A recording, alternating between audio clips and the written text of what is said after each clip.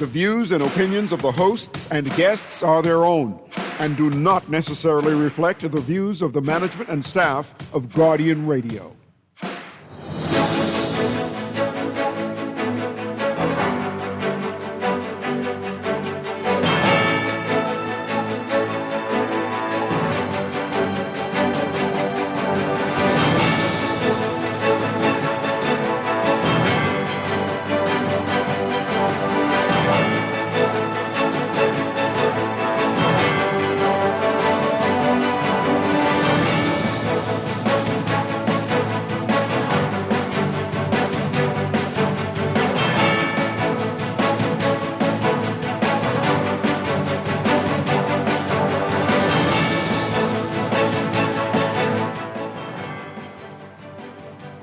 Good morning.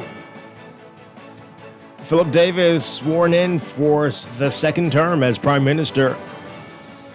Prime Minister Davis says he's disappointed by the low voter turnout. And Michael Pintar to stay on as leader of the FNM.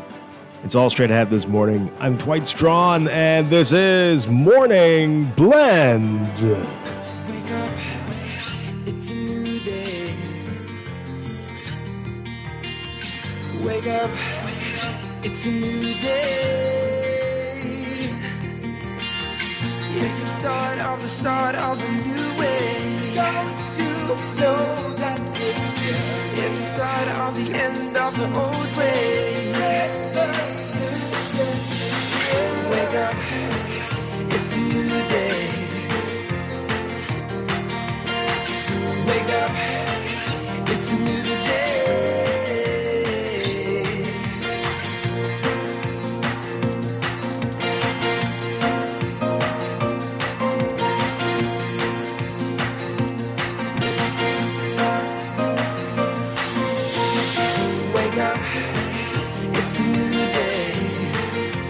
Good morning again, Bahamas. It is Friday, May 15th, 2026. This is Morning Blend on Guardian Radio 96.9.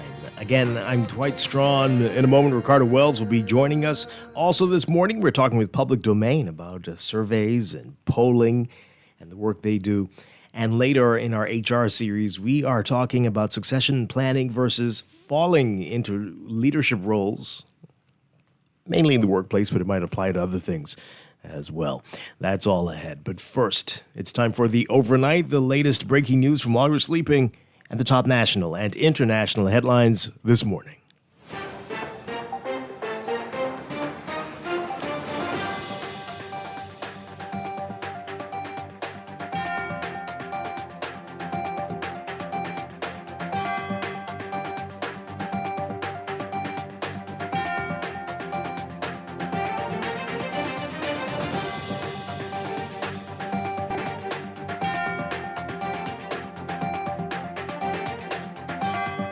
In the overnight, Prime Minister Philip Davis says that he's saddened by the reported low voter turnout in Tuesday's general election, adding that one of his missions in his second term will be to restore the community so that people do not feel disenfranchised from the electoral process. Davis's remarks were made at Government House moments after he was sworn in as Prime Minister for a second term. He said that despite the will of the people being so resoundingly expressed in the overwhelming majority in Parliament, he said, quote, "It saddens me that so many Bahamians decided not to cast their vote in the elections. This decline in voter participation is already being seen around the region and indeed the world. I do not want our country to follow others down that path."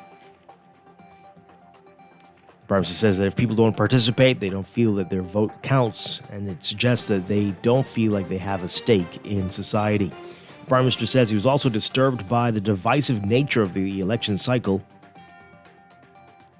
While this campaign season was divisive, it was not out of the ordinary, as previous elections saw candidates hurl insults at their opponents. After the votes were counted Tuesday night, the Prime Minister's PLP emerged victorious, winning 33 out of 41 available seats in the House of Assembly. All but one PLP incumbent, former Freetown MP Wayne Munro, won their seats. Meanwhile, Munro, who was the only cabinet minister again to lose his seat in Tuesday's election, says that he is not demoralized or devastated by the defeat. Monroe lost to the F&M's Lincoln Deal. Following the swearing-in yesterday of Prime Minister Davis, Monroe hinted at a possible cabinet post and a Senate appointment, saying, quote, "Freetown is my ministry. I was sent there by the late Archbishop Gomez. I continue to be there a quarter of a century later. I don't intend to change my church. I don't intend to change my ministry."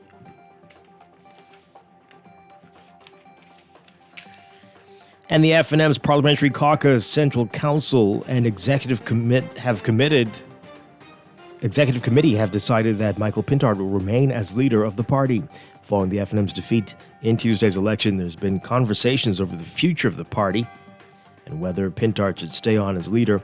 The F&M saying in a statement, the leadership of the elected officers of the F&M, the Executive Committee, the Central Council, and newly elected F&M members met to openly determine whether he should continue serving as leader following the election result. Mr. Pintard was unanimously endorsed to remain in this post. From start to finish, the renewal process of the Free National Movement will be democratic, disciplined, and deliberate. The F&M won just 8 of the 41 seats up for grabs on Tuesday. Pintard was re-elected to Marco City, but the party's deputy leader, Shannon Cartwright, was moved to St. Barnabas to run in the newly formed St. James seat, and he lost. Pintard will be sworn in as leader of the opposition on Monday. The Commonwealth Observer Group releasing its preliminary findings following Tuesday's general election, with chairperson and former Prime Minister of Jamaica, Bruce Golding, commending the Bahamas for a peaceful and vibrant election, while raising concerns about low voter turnout and making suggestions for a smoother voter process. The Observer mission came to the Bahamas to offer an independent, informed, and impartial assessment of the electoral process. Golding listed several observations, including the newly cut boundaries, the voter register, and voter education, political campaigns and media, and the need for a code of conduct for political parties and candidates, and the country's media environment.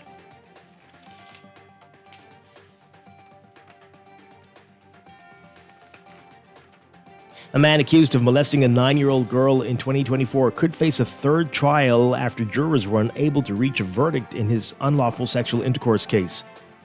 However, Shaquille Martin was convicted of a separate count of indecently assaulting the same girl by a majority verdict of 6-3. As a result of that verdict, Justice Neil Brathwaite remanded Martin, who was on bail pending his trial. Prosecutors alleged that Martin molested the girl on several occasions while she and a relative were living with him in Ridgeland Park. Martin denied the accusations at his trial, and a relative of the complainant testified in his defense.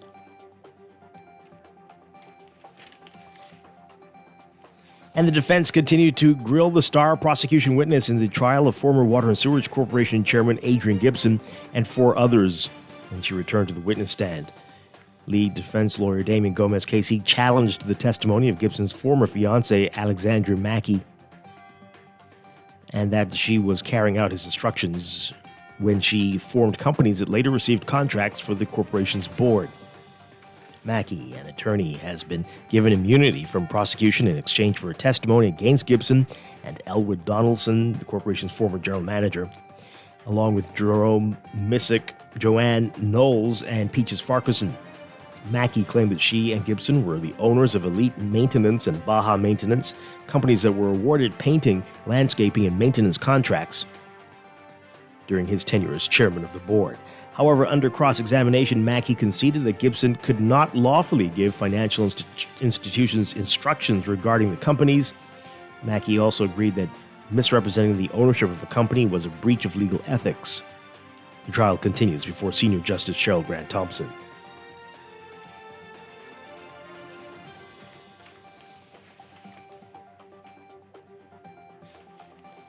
Overseas, U.S. President Donald Trump and Chinese President Xi Jinping wrapping up critical talks today, claiming important progress in stabilizing U.S.-China relations, even as deep differences persist between the world's 2 biggest powers on Iran, Taiwan, and more. Xi welcomed Trump at his official residence Friday for their final engagement of the summit before the U.S. leaders returned to Washington. The leaders took a short walk through the grounds that feature ancient trees and Chinese roses. and strolled through a covered passageway with green columns and archways painted with birds and traditional Chinese mountain scenes. Over tea and lunch, Trump and Xi, with top aides and translators in tow, huddled for nearly 3 hours of talks before the U.S. leader completed his 3-day visit to China. Trump telling reporters, quote, "It's been really a great couple of days." Xi, for his part, called it a milestone visit, saying, quote, "We've established a new bilateral relationship, or rather a constructive, strategic, stable relationship." But the optimistic outlook collides with some difficult truths about the thorniest issues between the two superpowers. Beijing has shown little public interest in U.S. and in the U.S. getting more involved in the conflict and getting more involved in solving the conflict in Iran, even though Trump said in an interview with Fox News that Xi had in their conversations offered to help.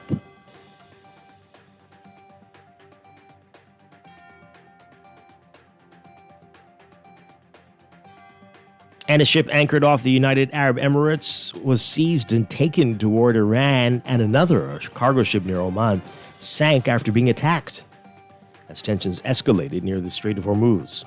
It wasn't immediately clear who was behind the incidents, but they happened as a senior Iranian official reiterated his country's claim of control over the waterway and said it had a right to seize oil tankers connected to the U.S.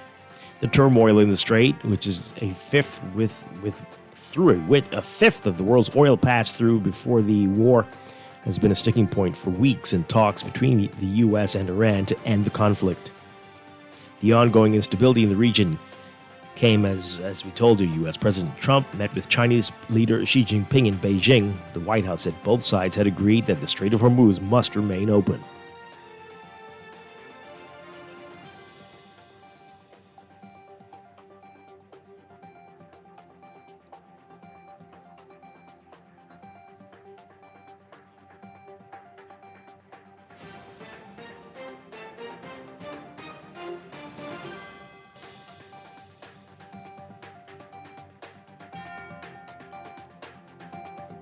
And Cuba's national energy grid suffered a major failure early Thursday that severed power to the island's eastern provinces as residents in the capital, Havana, faced ongoing blackouts.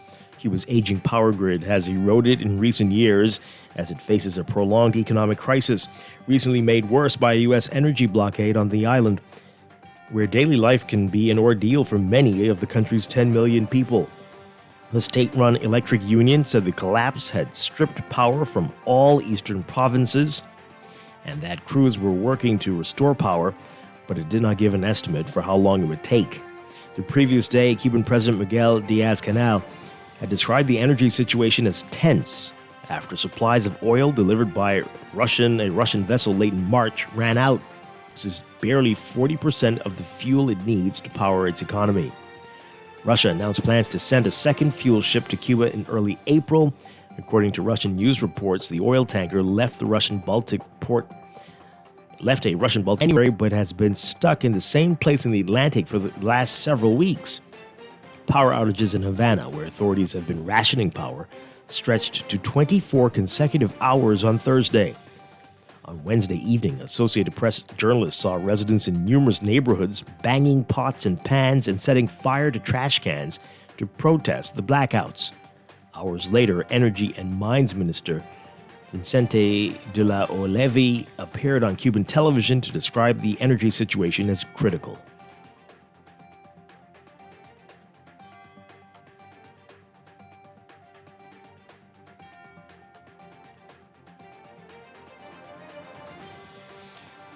And Africa CDC, the continent's top public health body, confirming today a new Ebola outbreak in Congo's remote Ituri province with 246 suspected cases and 65 deaths so far. The deaths and suspected cases have been recorded mainly in a few districts, according to the Africa Centers for Disease Control. The Ebola virus, highly contagious and can be contracted through bodily fluids such as vomit, blood, or semen.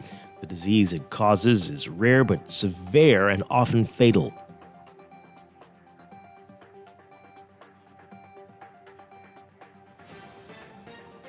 The latest outbreak comes around 5 months after Congo's last Ebola outbreak was declared over after 43 deaths.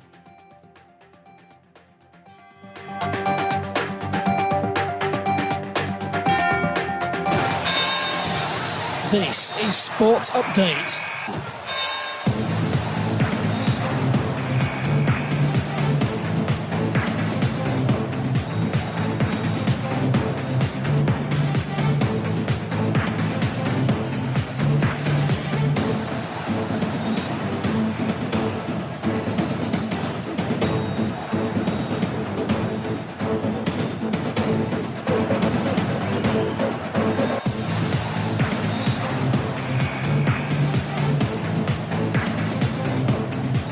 In sports, he's still celebrating. Bahamian amateur wrestler Shannon Hanna II had a strong performance, collecting a bronze medal in the men's freestyle 65-kilogram class at the 2026 Senior Pan American Wrestling Championships in Iowa last weekend. Hanna emerged victorious 7-3 via victory by points against Dominican Republic opponent Tommy Jesus Garcia Sanchez to clinch third place. Bahamian freestyle wrestler earned a 10-0 win via VPO over Peru's Jose David Benitez Vasquez in the quarterfinals, and then fell 9-0 to American freestyle wrestler Real Woods via VPO in the semifinals. And as we said, pleased to come away with a top finish following competition. Read about that in today's Guardian Sports section.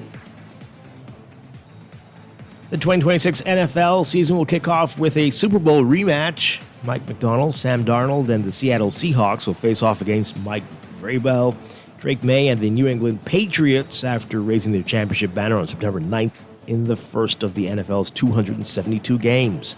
The Seahawks dominated the Patriots in a 29-13 victory in February that secured the franchise's second NFL title. The game will mark just the third time that the teams that played in the Super Bowl face off again in Week 1. The last time came in 2016 when the Broncos beat the Panthers. Overall, the Super Bowl opponents have met 11 times the following season, including each of the last 3 years. The defending champions are 8-3 in those games. The Eagles followed up a Super Bowl victory with another win over the Chiefs in Week 2 last year. The NFL season will be opening on a Wednesday for just the second time in league history. The Giants hosted the Cowboys on September 5th, 2012. Other opening week highlights were announced before the full schedule release on Thursday night. The San Francisco 49ers will face the Rams in Melbourne on September 10th in the first of a record 9 international games. The Cowboys and Giants meet in the first Sunday night game of the season, while the Broncos and Chiefs go head-to-head in the first Monday night game. Raiders fans get to see number 1 overall pick Fernando Mendoza, probably on the sideline, watching Kirk Cousins start in week when Las Vegas hosts Miami. Thanksgiving weekend, Josh Allen and the Bills host Patrick Mahomes and the Chiefs. Thanksgiving night to complete a triple header. The Bears, Lions, and Eagles Cowboys matchups were previously released. And Christmas week, Santa Claus has to go through Philadelphia. Christmas Eve, with Texans on Thursday Night Football. Christmas Day triple header features the Packers, Bears, Bills, Broncos, and Rams, Seahawks. The 2 games on Saturday, December 26th, haven't been determined as yet. And the league will play across 4 continents, starting with the Week 1 game in Australia. 16 of the league's 32 teams will play at least one of their 17 regular season games outside the U.S. The 49ers and Jacksonville each have 2 international games. San Francisco also faces Minnesota and Mexico City in Week 11. The Jaguars have consecutive games in London in Weeks 5 and 6 against the Eagles and Texans. And the Colts and Commanders also face off in London in Week 4. The Steelers play the New Orleans Saints on October 25th in Paris in the NFL's first regular season matchup in France. And the Cowboys and Baltimore Ravens go head-to-head in Rio de Janeiro in Week 3. The Bengals and Falcons are in Madrid in Week 8. And the Patriots and Lions play in Munich in Week 9. That's sports, and that's the overnight. Time for a first look at weather.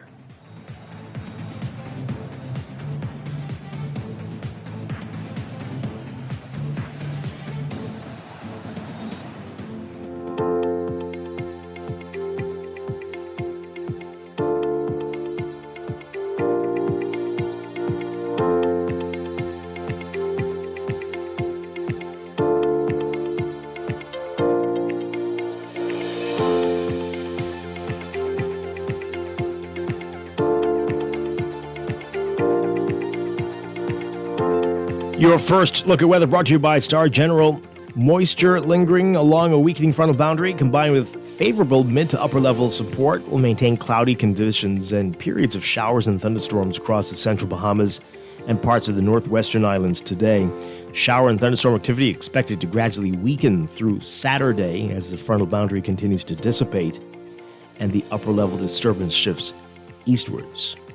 But that may change come early next week. We'll tell you more about that in the next weather check. But for today, severe thunderstorms are possible across the central islands as well as portions of the northwest Bahamas today. And everyone's being advised to keep abreast of any warnings or watches coming out of the Department of Meteorology. There remains a moderate risk of rip currents for Atlantic waters. Beachgoers and swimmers are urged to exercise caution. So your forecast for today. For the extreme northern islands, including Grand Bahama, partly sunny to sunny today, becoming mostly fair tonight with about a 20% chance of isolated showers and thunderstorms. For the southeastern islands, variably cloudy, becoming mostly fair tonight with a 20 to 30% chance of showers.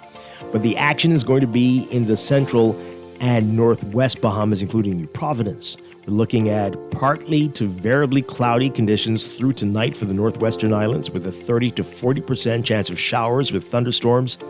It's going to fall off to about 20% by this evening.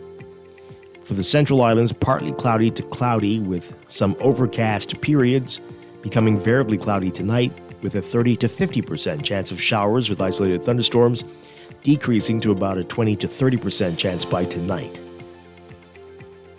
Winds for the extreme northern islands, northeast to east at 10 knots or less, increasing to 10 to 15 knots by this evening. For the northwest Bahamas, including New Providence, variable at less than 10 knots, becoming east-northeast to east-southeast at 10 knots or less with higher gusts across Eleuthera, settling east to southeast at 10 to 15 knots by this evening. For the central islands, southerly at 10 knots or less, becoming light and variable by this afternoon, and northeast to east at 10 knots or less by this evening. For the southeastern islands, southeasterly at less than 10 knots, becoming northeast to east at 10 to 15 knots later today. Temperatures today, with the cloud cover and chances for rain, we're looking at highs in the mid to upper 80s for most areas. Overnight lows tonight getting down to about 77, 78 Fahrenheit. Warmer conditions for the southeast Bahamas, highs getting close to 90 Fahrenheit. Overnight lows tonight getting down to 78, 79 Fahrenheit. That's your first look at weather. This will have an extended outlook coming up in just a bit. This weather check brought to you by Star General, insurance made simple. Wake up, it's a new day. Wake up, it's a new day. It's the start of a new way. You are listening to Morning Blend. When we come back, we're discussing the day's top stories right here on your home for fresh news and smart talk all day. Guardian Radio 96.9. It's a new day. Wake up, it's a new day.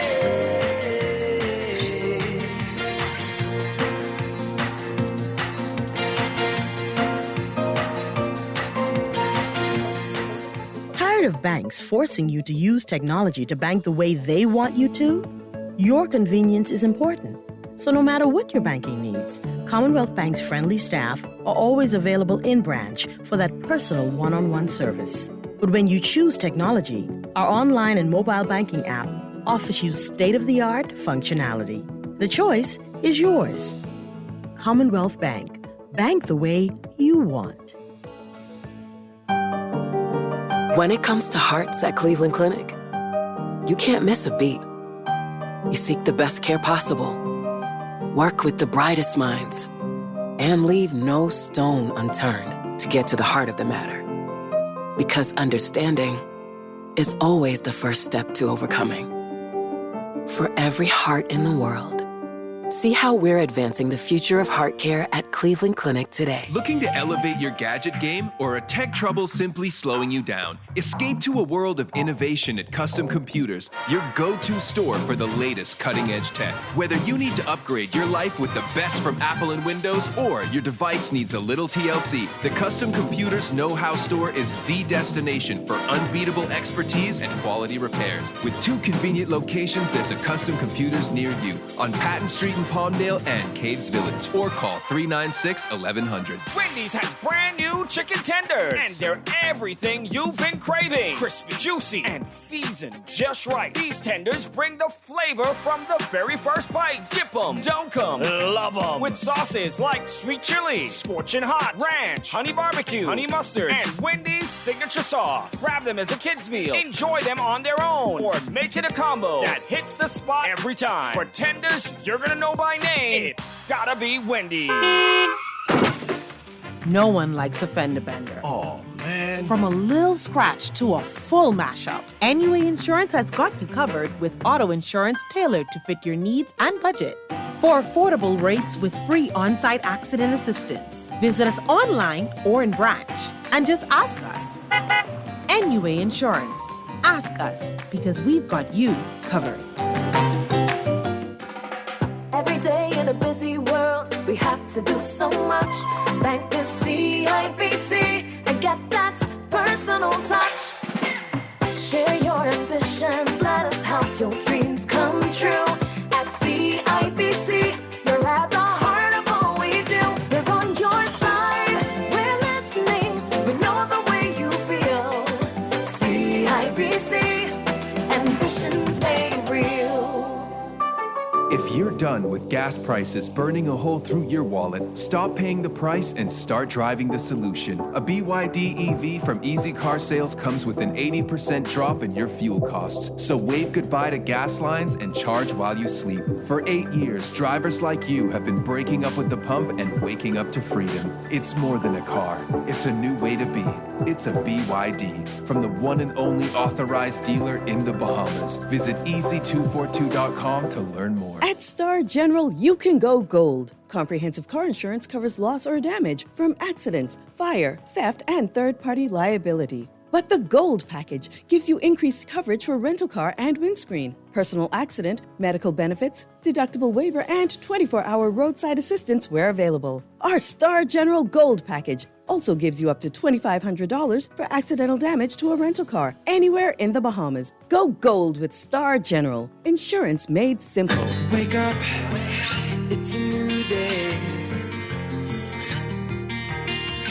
Wake up, it's a new day. It's the start of a new way. Don't you know that it's the start of the end of the old way. Wake up, it's a new day.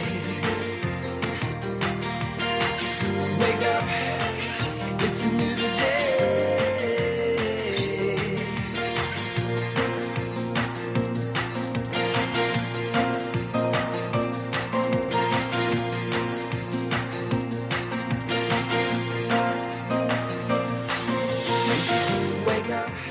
Welcome back to Morning Blend on Guardian Radio 96.9. We are streaming live on GuardianTalkRadio.com and on the Guardian Radio app for smart devices. We're also on your televisions on Cable Bahamas Channel 969 and BTC Flow Channel 612. You can tweet us at Morning Blend 969 or Facebook.com/Morning Blend 969. Text us 422-4796. Standard text rate supply. Once again, I'm Dwight Strachan. Join me now, Ricardo Wells. Ricardo Wells, good morning. Good morning, Dwight. Good morning, Bahamas. Good to have you with us. Happy to be here. All right. I hope you didn't get triggered by the sports report there with the schedule for the NFL. Oh, no. We mentioned the first game being between. I'm very excited about the expansion. We're not going to get into that. But No, that's what I meant. Very excited about the expansion. No, I'm not talking about that. I'm talking about the first game being a Super Bowl. Dwight, I'm not going to let you break me down. Laverne I'm not going to let you break now me down. getting over it. I'm still not over it, Dwight. Oh, see, exactly. I'm still not over it, but I'm not going to let you bring me down. I'm concerned that you hearing that might have triggered you or something. I think we have one or two trades that are still needed to be made. I think we need a wide receiver piece. Everybody know what I'm talking about in that regard. So hopefully that is done by June 1st. For your Going to sake. keep my fingers, not for my sake, for the league's sake. The Yes, league needs it. right. But I think we're going to play them again in the Super Bowl next year. I think it's going to be a run it back. Wow, some big talk. Okay. Well, hey, all the best. All the best with that. Looking forward to it. Good to have you here, though. Good to have you here. A lot Happy to to be in talk studio. about. A lot to talk about this morning in the news, but also this morning in public domain. You know them. They've been doing surveys and polling for years, and we're going to talk about that with them this morning. Later, it's our HR series, a monthly HR series, and this is for the workplace, but if it applies to other things, well, hey. It should apply. Well, succession planning versus just falling into leadership roles Based on by some default. Based on some of the press releases I saw yesterday, it definitely applies. Wow. Okay, so this is going to be an interesting discussion today. That's all ahead, but there's a lot, as we said, to talk about on this Friday. Let's talk about what's in the news.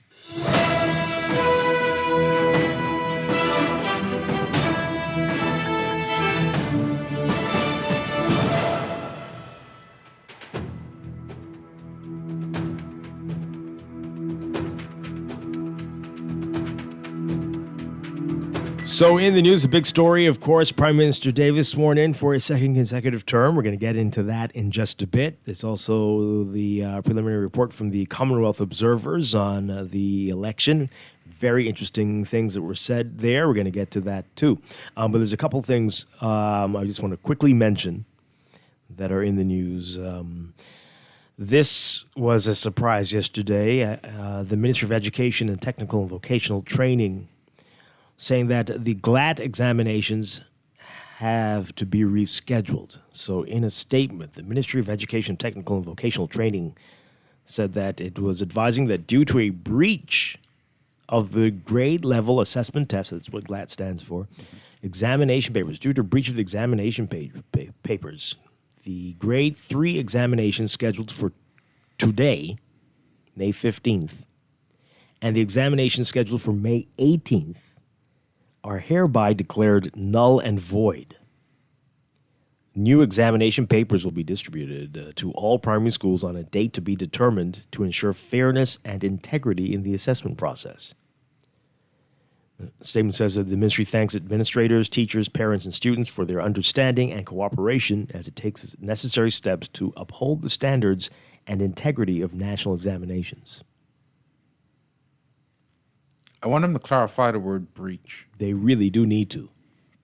Are you telling me somebody hacked the system? Did somebody accidentally send out the exam a day early? Like, what was the breach?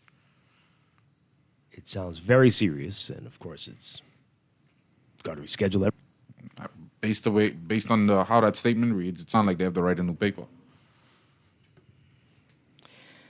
Would love to know what went on. Will we know? We just seems to be so difficult to find information around for folks to release the information and tell us everything. But it would be good to know what happened there. But that exam was scheduled for today and for May 18th. Wow. How bad could the breach be that you have to just postpone the whole exam? Well, I mean, if a few people got to see it or something, and that wouldn't be fair to the others. It's GLAT. What do you say? It's like, what, 3rd, 6th grade? This one is grade 3, yeah. Well, I think they could just sit up all night just going over the cheat sheet. Wow. But I mean, if 20 people, that's terrible, even if 2. It's 3rd grade, Dwight. Oh, wow. Are you saying, that's why I'm saying I need to know how bad the breach is. Are they going to just form chat groups and say, hey, this is the answer, you know? How much of that information could 3rd graders retain in 2-3 days? No? No, I mean, you don't want to be unfair to people. You really don't, even if it's just 5. You can't do that. And you never know with technology these days, right? So, I mean, back 10, 20 years ago, it might have been hard for that to get across the country. But today, within a minute, someone in Nago would know. Right, to the parents. Yeah. How much of that you could pass on to your 3rd grade student and 2 nights. Like, hey, you can't lose this. Like, I don't know, but I think they made the right call. But they do need to tell us what exactly happened there, and to ensure that it never happens I need to know again. how bad it is because I feel like y'all could have gone on with the exam. Wow. I feel like y'all could have gone on with the exam. But have the steps been taken to ensure that it never happens again? And I know this is not the first time. I remember something like this happening before. It might not have been GLAT, but it I can't say it keeps happening, but it's happened before. So what is being done to prevent this? Somebody reach out with what exactly happened. Yeah, that's what that'll be. We can verify that, but I would love to know. I really would. Caller would say you. Good morning. You're on the air. Good morning, gentlemen. How you guys doing? Doing well. Pretty good. Well, I'm telling you, I'm a parent of a grade 3 student right now, and it was very disheartening when we got the notice yesterday evening. My child's at Queens College, and not only is the exam today, null and void, and the one on Monday, but the exams they wrote yesterday, they're making them rewrite those exams as well at some point. Wow. And the amount of pressure that has been put on these grade 3 students is beyond reasonable. Okay? And my concern has been, these GLAT tests are not for the students. They're more or less to assess the school's ability and what they're doing in educating these children. Right. And the amount of pressure on these kids in grade 3 is incredulous. And I just think that the government, the ministry needs to reassess this whole GLAT situation. I mean, when I went to school, we didn't have no GLAT, and we made it through fine. Okay? And every year it seems to be the workload gets worse and worse. I mean, these, the books that they're studying and going through and going over and being rushed to get the curriculum done. Right. So, not only did they have the GLAT exams this week, they also had their end-of-term exams this week. School doesn't finish until the 19th of June. The 18th of June, my daughter's correcting me. Yeah. At the school level. So here it is now. GLAT's supposed to finish today. What are they going to be doing until the 18th of June? Right. At the school level, have they communicated? That isn't going to count towards their final grade because they've already had their exams. So it to me, I think too much emphasis is being put on this GLAT, too much pressure, and yes, I agree with you, Ricardo. What was the breach? What is the breach? They're just saying the word breach. Are people that intense that we're hacking the GLAT exams now? Is that where this has gone? So you've not heard anything?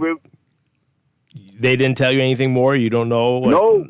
We the only thing we got was the exact same statement that you just read off on the news. Wow. We got that. First we got it, and then they sent the ministry's communique, So we still don't know what the breach is. But, I mean, the fact that, I could see you trying to breach the BGCSE exam, the BJC exam, right? As trying to get a leg up for those people that don't want to, do it the right way. But and for grade 3? Really? And I understand, okay, yes, there is an unfair advantage of those people who get it. But now my child got to go through, and the most difficult one yesterday for grade 3 students was creative writing, where they have to use all these cluster adjectives and onomatopoeias and all these things. I didn't even know what the dickens onomatopoeia was. That's unbelievable. Onomatopoeia, my daughter's correcting me. Some of the terms that they're using now, I didn't know those terms when I was growing up. I'm 64 years old. Mm-hmm. I still didn't know what it was. I didn't know there was a creative writing component for GLAT at the 3rd grade level. Yeah. Serious creative. So, and now she's saying, oh my goodness, I got to write that whole exam all over again. Wow. And I think it's tough on these kids. Yeah, that is really a lot. do. And I think it's unfair. Wow. Thank you for the call. Really appreciate it. Problem. Good luck to you and your daughter. That is tough. That is tough. I do remember even GLAT was a lot of pressure. You did a creative writing? I don't remember GLAT You at don't all. remember GLAT? I don't. Not at the 3rd grade levels. Yeah, it used to be 3, 6, and 8. I think remember 6. They've cut out one now, right? Do they still do 8? They don't do 8 anymore. No, but it used I to be remember 3, 6, and 8. grade 6 GLAT. I remember BGC at the 9th grade and BGCSE at the 12th grade. I think I missed grade 3 because it had started later, but we did 6 and 8. Wow. Mm-hmm. But wow. All right, let's take another call. Good morning, caller. You're on the air. Morning, Dwight. Hi. Good morning to your guest. Good morning. This breach situation with the GLAD exam, grade 3 of all the grades, that's just hilarious. But I disagree with your last caller in terms of the workload. If we expect for our children to compete in the wider community, international community, I think at every level they need to be tested to make sure that they, are able to compete. As far as the workload, I mean, come on, they're already saying they're at a D average. I think the GLAT is just to assess where the child is. If the child needs, you remember back in the day we had social promotion. Yeah. I think this helps to alleviate social promotion because you have a better idea as to where the child is in terms of their reading skill, in terms of their math skill. So I highly agree that I think that the GLAD is warranted and definitely needed. And that's just my 5 cents. Okay. All right. Thank you very much. Appreciate it. I think they still have social promotion. I think, maybe not so much in the private schools, but yeah. I just want to say something that our caller just now, the second caller, with respect to what the first caller had to say. I think if we started to test less for memory and more for understanding, it would make a difference. I think the first caller was mentioning the rigorous, the processes daughter has to go through to prepare for these exams. It's not necessarily to be good at to be able to apply the knowledge that you have. It's more so from the standpoint of just having to remember these long syllabus. Or syllabi, plural, so. Wow. These text messages are that's very special. Already? Yeah. This person says, hey, why should the GLAD exams be rescheduled for mayor breach? Wow, it sounds like you, Ricardo. We had a whole election with all kinds of ethical breaches. What now? Breaches and perks. Is that a spin on beaches and parks? Yeah. Is how we do things. Exams don't matter anyway. The dull people always telling us how they didn't do well in school, but they are in charge. Oh, man, this is a little early to be that cynical. Oh, wow. I respect that text. See, that's the kind of fan club we need. That right there. You sure? Yeah, create a group. It sucks out all the life out of you. I was actually relieved when the pandemic happened and that the GLAD exams were canceled for my oldest daughter. Is it possible for parents or students to opt out of taking GLAD? I'm concerned because my youngest will be entering grade 3 next year, and I would prefer for her not to take it. What's the reason? Why is that? I don't know about the first caller. He said it's mainly for the schools, but I think you do get a good indication of where your child is. I'm seeing this trend on social media now where a lot of parents are just so frustrated with the school system. They just like the idea of being like anti-establishment. I don't understand it, quite frankly, but I think it's a growing trend. Okay. I saw a point the other day being made about how even at the 12th grade, students aren't being prepared for the real world. They're just being prepared for college, and then that's just the next step. And it's a lot going on. Well, the better AI gets, I'm sure soon we'll be saying we don't need school at all. Be saying it at least. This person says here, it's not true that the kids have to rewrite yesterday's paper. Only the compromised paper so that caller is misinformed. We need to find out the information. We need to know what's going on. A teacher tried to give their students a head start and review the paper. Let's not speculate and try to find facts. Well, no one was speculating. Wait, actually that's tried. what I don't know what they're doing. They said all of that in the same text. What are you doing? You're the one. Okay, we don't want to speculate. So is that text suggesting that a teacher had the paper ahead of time? But yet they say don't speculate. Try to find the facts. All right. Okay. Follow up with another text and tell me if that's the fact. Wow. Anyway, Ministry of Education, please release some more information on this and tell us what you're going to be doing about it. Yeah. All right. So this text. And was that the only breach? That's a big breach. And it's glad. Wow. All right. So we've got a very special text here from somebody, and I'm going to edit some of this so that we don't make it worse. Dwight, yesterday on your show, you allowed that PLP supporter to call your show and defame a former cabinet minister. I thought it was a total disgrace. Not only didn't you warn, we did warn. and you didn't cut, but you engaged the man even further. I did report you to your bosses and to IRCA, and I hope everybody sues you and your station. It's disgraceful. Okay, it's also disgraceful that you couldn't separate your politics from being a professional. Caller, I'm going to try to be professional and not tell you what I really want to tell you. I understand the way to smoke to the white on Fridays when out of the goodness of the heart that you all are trying to destroy, I said it's a new term. Let's give everybody a break, and that was a terrible idea because the same troublesome caller has once again caused problems. We did stop him from that. We did continue to talk to him because we're saying, hey, let's put that in the past. But obviously that wasn't the problem. That was a problem. But for you to talk this nonsense about separating your politics, anyway. But thank you for everything you did. Thank you so much. Thank you very, very much. Again, we did stop him. We did admonish him. And I don't think it is exactly as you say it went, but yeah. This is going to be a challenging 5 years. This is going to be rough. It started on day one. But, Is day one, like, technically the day that the PM is sworn in? I'm calling yesterday the day after. Well, 2 days after. Anyway, it's already started. Let's just put it like that. Okay, all right. Mm-hmm. This person says here, the science of politics doesn't say vote for what is right, but what is appealing. Bahamians like free things. You said this already. You said that yesterday. Okay. I guess you want us to really know that. The fact that we have voters using circles versus an X is an even more of a reason why we need GLAT. Okay, yes. I stand corrected. We do need, because that whole process was alarming to me. So yes, we do need GLAT. And if the creative writing portion helps as well, I think that we did too much creative writing in the polls. But hey, I'm standing corrected. Oh my! We do need GLAT. Maybe we need to introduce that at the first and second grade as well. Wow. I'm not anti-establishment, but my aunts are teachers and have explained that the GLAT is not really an assessment of the child. It's more an assessment of the school. So this again, and its ability to educate. Children are already graded every semester, which gives parents a clear understanding of where they stand academically.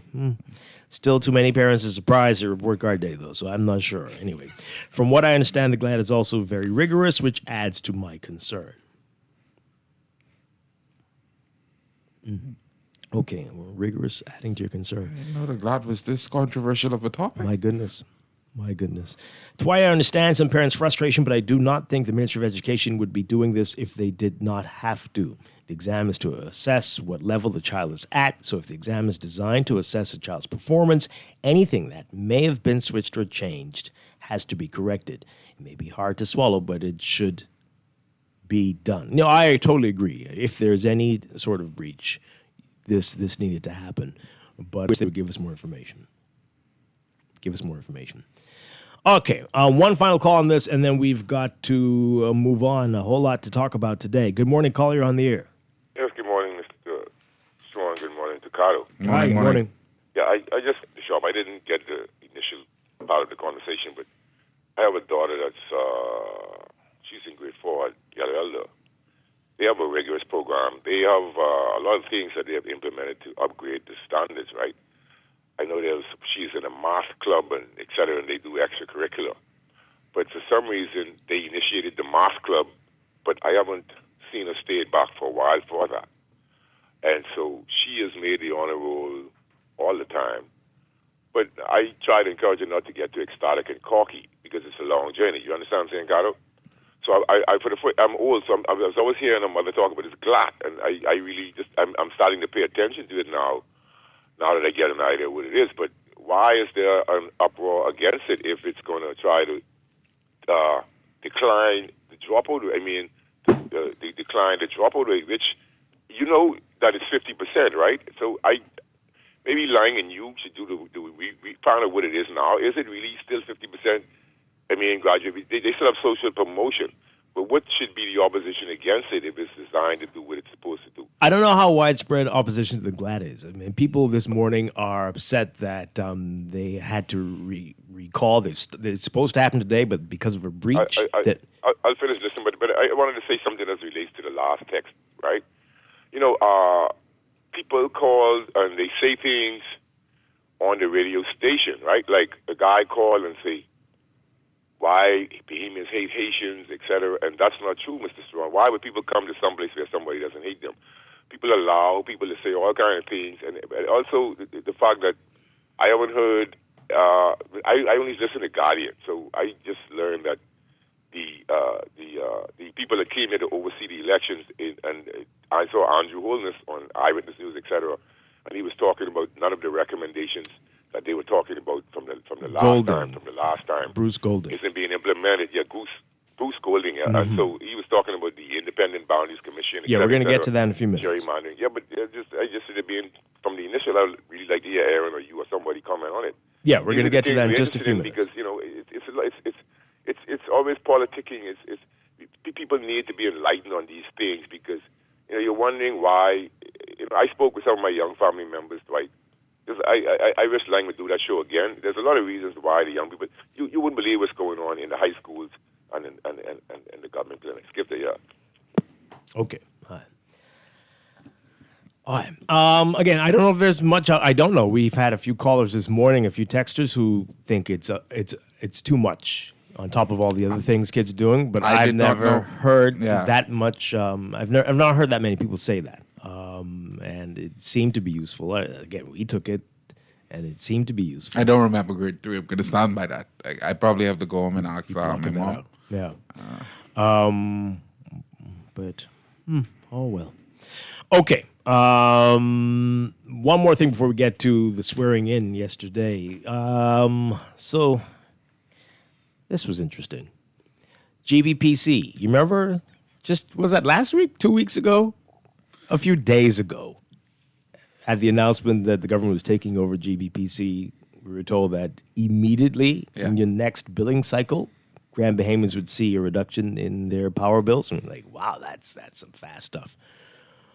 Well, not so fast. Our Chester Robards writing about it. Grand Bahama Power Company issuing a statement saying customers will see no change to electricity bills this month, given that the utility is preparing to submit an equity rate adjustment application to IRCA. The announcement coming just days after the Davis administration signed the agreement to acquire Grand Bahama Power Company from Emera Incorporated as part of the government's broader national energy reform strategy aimed at lowering electricity costs on the island. During that signing, Davis promised Grand Bahamians they could see lower rates in their next billing cycle. However, GBPC now says that will not happen. Mm-hmm. Prime Minister Philip Davis said at the signing ceremony that the acquisition was intended to reduce electricity expenses for residents and businesses and bring Grand Bahama, quote, inside our national energy strategy. He said, quote, it's going to bring down the cost of living in Grand Bahama and make businesses here more competitive because families will pay less for electricity. Small schools, shops, restaurants, hotels, manufacturers, offices, and community organizations across Grand Bahama, they will feel the difference. But GBPC saying new rates have not yet been approved or implemented because new rates or billing adjustments have not been approved or implemented at this time. So if you have smoke, take it up at IRCA. IRCA is the reason for the delay. Oh, wow. That's what he said. Okay. They said in the statement, quote, as a result, customers will continue to receive bills based on the existing tariff structure. GBPC said the equity rate adjustment application forms part of efforts to improve affordability for residents and businesses while aligning with the government's national energy reform strategy and maintaining reliable electricity service on the island. I didn't know it was upgraded to like a national energy strategy. He made it clear that we now have one. I probably have to look that up. I didn't know that was the case. I didn't know it was a national energy strategy. It's big stuff.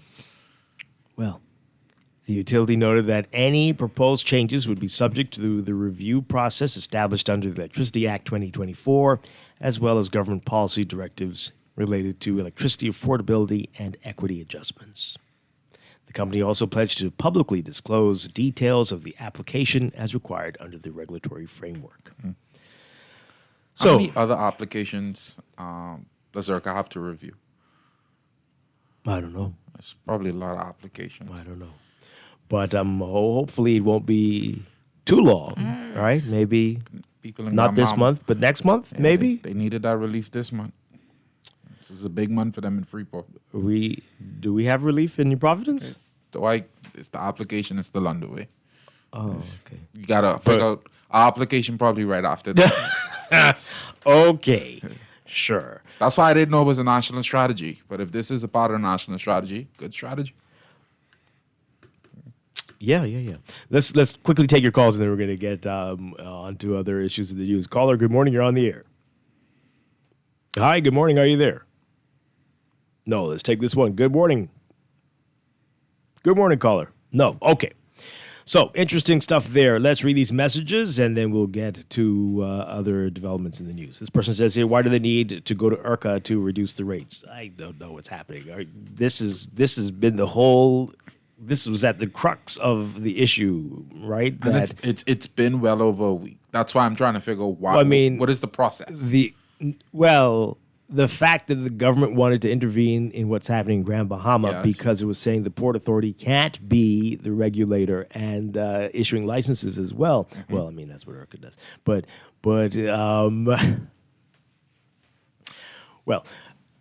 ERCA needed to be the regulator for the whole country, and that Grand Bahama was not some separate country within a country. And so this is why ERCA is the regulator for the electricity sector. And I accept that point, Dwight. The question now is, what is the application process? Because I feel like if this was a conversation for about a week now, the application was submitted, I assume. And they were saying this before that. Right. Mm-hmm. So I assume the application, what is the review process? If the issue was only based on a tariff structure, and you now need to figure out how to kind of restructure these bills, how long does that process take? Mm-hmm. Yeah. Like, this is why I don't like these statements just being in jest. I feel like these statements should be provided in context to what the regulators actually say. Wow. Speak to what the process is so persons can understand, hey, this is not a, snap of the finger kind of thing. We say today power bills are going to go down and you immediately see. No, it's a process. So tell us what that process is so we know what to expect. Interesting. Let's take this call. Good morning, caller. You're on the air. Hi, good morning. I just wanted to add to the conversation. I know y'all talking about ERCA right now, but I caught the tail end of the GLAD conversation.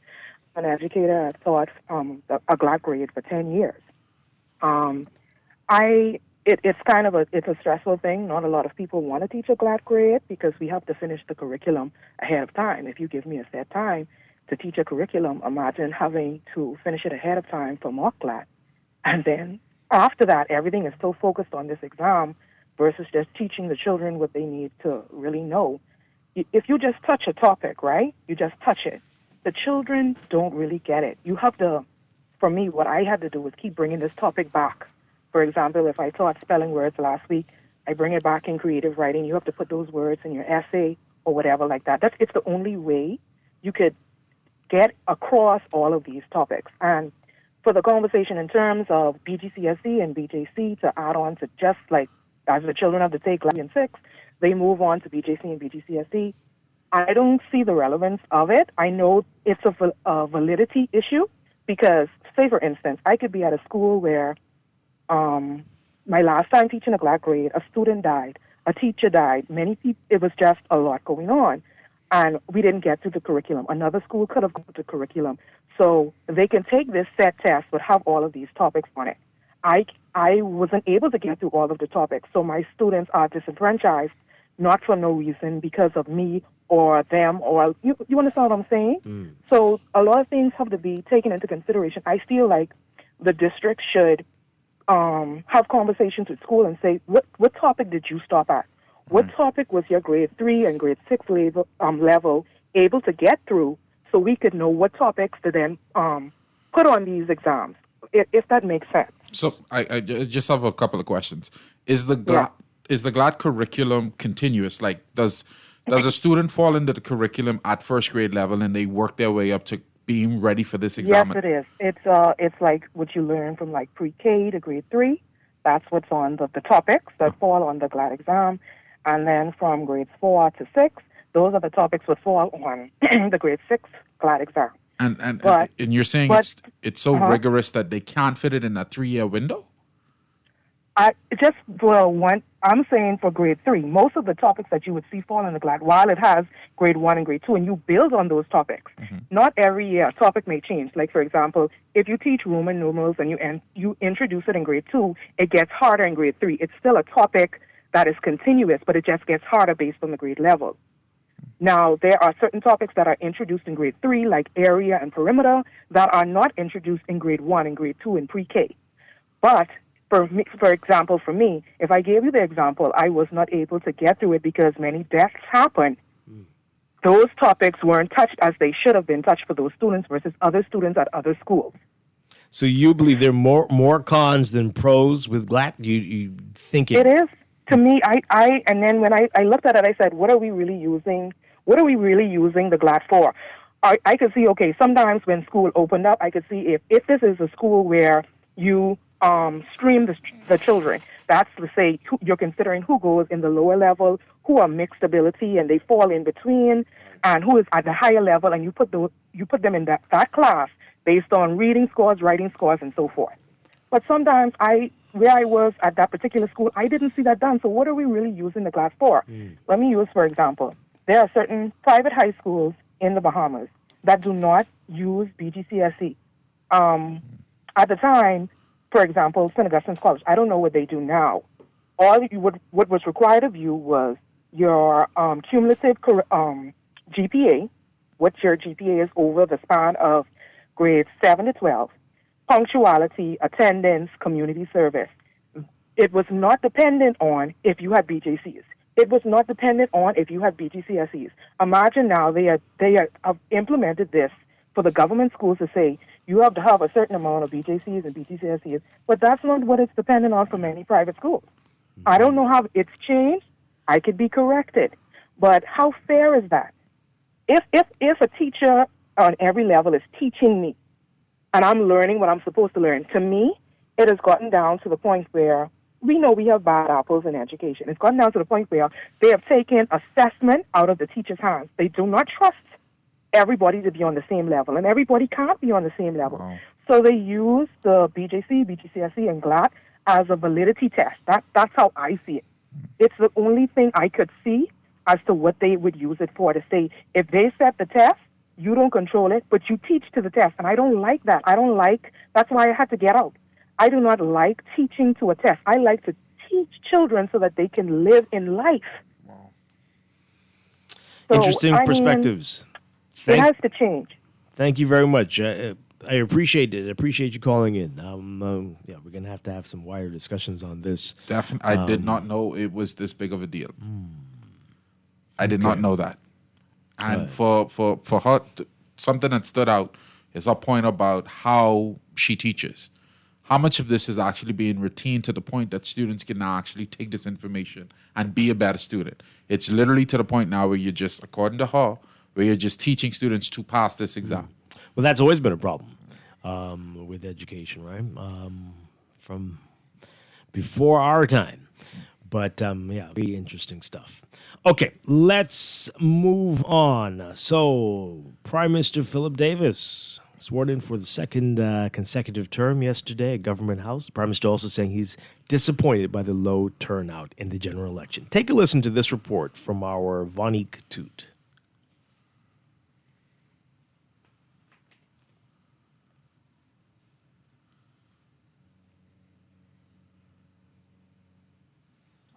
So we get that report up for you. Dwight Davis, being appointed Prime Minister, good sir, that I will, to the best of my judgment, at all times. Philip Brave Davis took the oath of office as he was sworn in as Prime Minister during a packed ceremony at Government House on Thursday morning, marking the start of his second consecutive term as the nation's leader. Dignitaries, former members of Parliament, Progressive Liberal Party candidates, and supporters were among those in attendance. Davis says he's grateful to the thousands of Bahamians who invited him into their homes during the campaign season. However, he expressed disappointment in the mudslinging. The election process this year has been especially divisive. Some of what was said and done went well beyond the bounds of personal decency. As a measure of success in our efforts to rebuild community, I hope that future elections may be judged on our ability to disagree strongly but engage respectfully.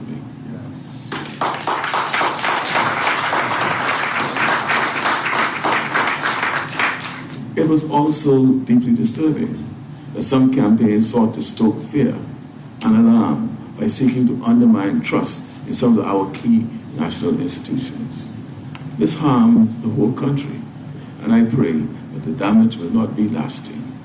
I pray that never again will our national institutions be weaponized in this way in pursuit of short-term political gain. The PLP won 33 seats in the May 12 general election, becoming the first governing party to be re-elected since the Hubert Ingraham-led Free National Movement in 1997. The Prime Minister said on Tuesday, voters chose progress. It is truly humbling to be trusted once again with the awesome responsibility of shepherding our wonderful country for the next 5 years.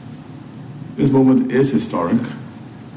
It has been 30 years, a generation, since the Bahamian people entrusted an administration with the mantle of continuity. Since 1997, the Bahamian public gave each administration just a single 5-year term. This cycle of short-term governance, fueled by anger and frustration, did not serve us well. However, he said he is saddened by the low voter turnout. This decline in voter participation is already being seen around the region and indeed the world. Friends, I do not want our country to follow others down that path. Government of the people, by the people, and for the people requires that the people express their views via the vote. But the concern goes deeper. Our democracy is founded on the principle that each person has one vote, that every vote is equal, and that every vote counts equally. This speaks to each individual's place in our society. If people don't participate, if they don't feel that their vote counts, it suggests that they don't feel that they have a stake in the society. Davis pledged to dedicate his second term to ensuring that more Bahamians feel like an active part of society. Reporting for the Guardian News Network, I'm Voning Toot. Okay, so you hear the Prime Minister is going to make it part of this term to find out what is going on with the turnout and to encourage more people how to take do part. That, Dwight? I guess you got to go on a listening tour. I don't know. And then to reduce the divisiveness in politics. How is he going to do that, Dwight? That one I can't answer. I feel like we just say things at this point. We just say it. Well, we do need it to happen. Right, but realistically, how do you go about this process? Because I felt like leading them to the election, all lines that I saw pointed to this being the case. We talked about it the day of the election. We talked about the sentiments on the ground with people at a certain age bracket, how they indicated that they didn't feel included in the process. Right. All of that has been public knowledge. So now to look at the sentiments being expressed by both the PM and the Commonwealth Group, but we knew this. Mm-hmm. We've not done anything. Our election turnout has been going down drastically over the last 3 election cycles. Yeah. We've not done anything to correct this matter. It's almost as if the parties have played into that role. Like, what are we just saying things at this point, Dwight? And it's not just us. Others are saying things, and it doesn't seem like we are listening. That's one of the comments coming out of the Commonwealth Observers. Take a listen to this report. Listen very carefully to the comments from former Prime Minister of Jamaica, Bruce Golding, and then we'll talk about it. This report from our Arnika Bannister. The Commonwealth Observer Group delivered an interim statement today at the British Colonial Hotel, just days after the general election. The group has been in the Bahamas assessing the integrity of the electoral process and reviewing the country's progress in implementing recommendations from previous Commonwealth Observer missions. Chairperson of the Commonwealth Observer Group and former Jamaican Prime Minister Bruce Golding praised the Parliamentary Registration Department for the introduction of the biometric voter cards, describing the system as more secure. The group commends the Parliamentary Registration Department for the work undertaken to remove the names of deceased persons from the voters' register and for the introduction of the biometric voter card. It is far more secure, efficient, and durable than the paper card, and we recommend that the paper card be retired and the biometric card be made a requirement for future elections. Golding also noted concerns raised by some individuals who said that their names did not appear on the voters' register despite having registered. The Observer Group recommended that a voters' list be made easily accessible online to help the public verify their registration status ahead of Election Day. We recommend that before the list is certified, a preliminary list should be made available by website so that voters would be able to verify that their name is on the list and assigned to the correct constituency. He also expressed concern over the low number of voters who cast ballots, noting that while more than 200,000 people were registered to vote, only just over 60,000 participated in the election. He added that voter turnout across Caribbean islands has been in sharp decline. But what I think needs to worry all of us is that is a trend. With each election since 2017, the numbers seem to be in sharp decline. And I would worry as to, if the next elections are held in 2033, what the turnout will be at that time. Golding said it is frustrating to see the lack of meaningful change over the years. He added that the people of the Bahamas must take ownership of the reform process and make it their business to push for improvements. As I said before, we are frustrated. I told the Secretary General today that, in a sense, she may be wasting our money sending us here every 5 years to observe and to make the same recommendations and nothing happens. But I don't think even the Commonwealth Secretariat, and throwing the OAS and throwing CARICOM, I don't believe that they alone will be able to persuade the reforms that are necessary. The people of the Bahamas need to make this their business. Reporting for the Guardian News Network, I'm Arnika Bannister. Wow. See, what the former Prime Minister of Jamaica don't understand, and I need to say this as seriously as possible. The people of the Bahamas, especially around election time, aren't the people of the Bahamas. We are political tribes around that time. Well, then we'll continue to have these problems. I'm just clarifying why we're here. So we all know why we're here. We're going to isolate that and play that for you after the news again. But some of us have been saying it. And when we do, like I've been telling you, I was going to refuse to vote with that stupid card. And that paper card. Don't disrespect our history like that. And people were like, get over it. What's your problem? You just want to complain. What's the big deal? Yeah. This is ridiculous. And that type of attitude is going to doom us. I'm telling you now. That is a symbol of the problems we're having here. We'll pick this up on the other side. We're going to the news. This is Morning Blend on Guardian Radio 96.9. Stay with us. Radio 96.9 FM. Streaming on GuardianTalkRadio.com and the Guardian Radio app. Nassau, Bahamas. 0.9 FM. Streaming on GuardianTalkRadio.com and the Guardian Radio app. Nassau, Bahamas.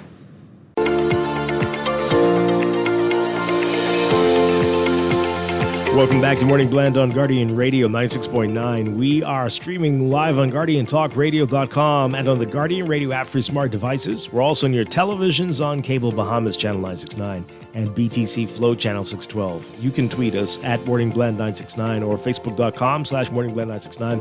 Text us 422-4796. Standard text rates. And now at 8:20, it is time for another check of your weather for today. Brought to you by Sherwin-Williams. So we've got moisture lingering across weakening frontal boundary, combined with favorable mid. That's going to maintain cloudy conditions and periods of showers and thunderstorms across the central and portions of the northwest Bahamas today. Shower and thunderstorm activity will continue to gradually weaken through Saturday as the frontal boundary continues to dissipate and the upper level disturbance shifts eastward. But by late Saturday into early Sunday, the mid to upper level disturbance will move east of the islands, where it's forecast to linger through the middle of next week. Some weak surface troughing is expected as a result across the central and southeastern islands, while moisture will continue to stream across the area. That's going to support some more showers through to Wednesday. Meanwhile, winds will strengthen and continue to moderate to fresh across. Will be moderate to fresh across the islands over the weekend through to Tuesday before easing by Wednesday. In the meantime, today we've got severe thunderstorms possible across the Central Islands and parts of the Northwest Bahamas, and there remains a moderate risk of rip currents for Atlantic waters. Beachgoers and swimmers should exercise caution. So your forecast for today for the extreme northern islands and the southeast Bahamas, better conditions. You're looking at partly sunny to sunny conditions, becoming mostly fair tonight for the northern islands. Variably cloudy today for the southeastern islands, becoming mostly fair tonight.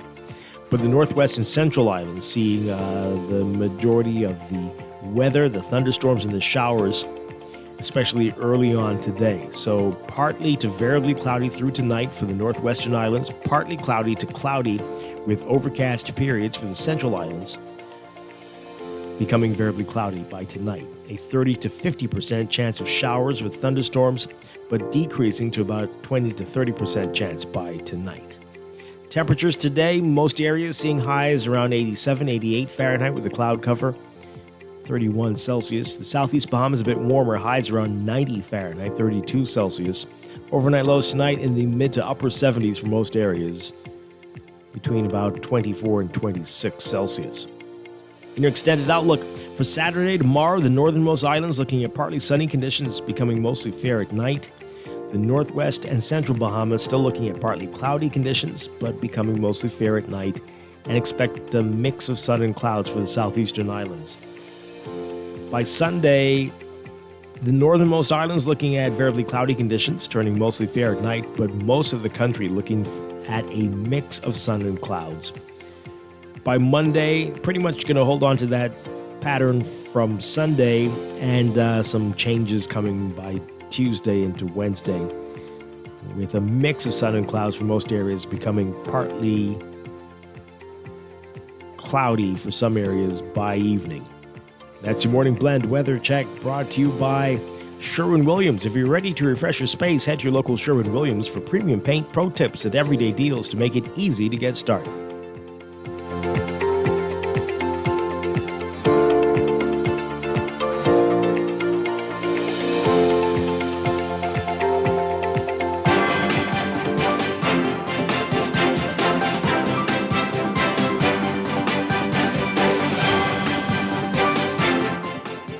.24, time for another check of your traffic for today, brought to you by NUA Insurance Agents and Brokers. In your real-time traffic, we've got a number of hot spots for you. You've got Mile Butler Highway, as usual, heavy traffic from Fire Trail straight up to Tonic Williams Darling Highway. Traffic backed up northbound there, and we're seeing heavy traffic along the Tonic Williams Darling Highway side and north of that roundabout into New Providence Highway on the way to the roundabout with Sports Center Road. Also seeing some slow-moving traffic along portions of Gladstone Road. If you're heading northbound, and to the east of that, we've got Blue Hill Road, very slow-moving, heavy traffic near St. Vincent, but especially once you get north of Carmichael, straight up to the roundabout with Independence Drive. Independence Drive seeing heavy traffic both directions, but especially eastbound this morning. East Street also seeing issues north and south of Soldier Road. And along Prince Charles Drive, the major intersections, you're going to be seeing some heavy traffic. And northbound along Soldier as you approach Wolf, Bernard, and Village Roads. Looking busy for you there. Eastern Road as well. Very slow-moving, heavy westbound traffic from just east of Fox Hill to about Johnson Road at this hour. West Bay Street, just east of Arawak Key, as usual, near Nassau Street. Got that slow-moving eastbound traffic heading into downtown Nassau. That's your real-time traffic. Any Morning Blend Traffic Alert brought to you by NUA Insurance Agents and Brokers. Reminding you that whether you're on the road or planning your next move, they've got you covered. Visit NUA Insurance for an instant motor quote or stop by your nearest branch today.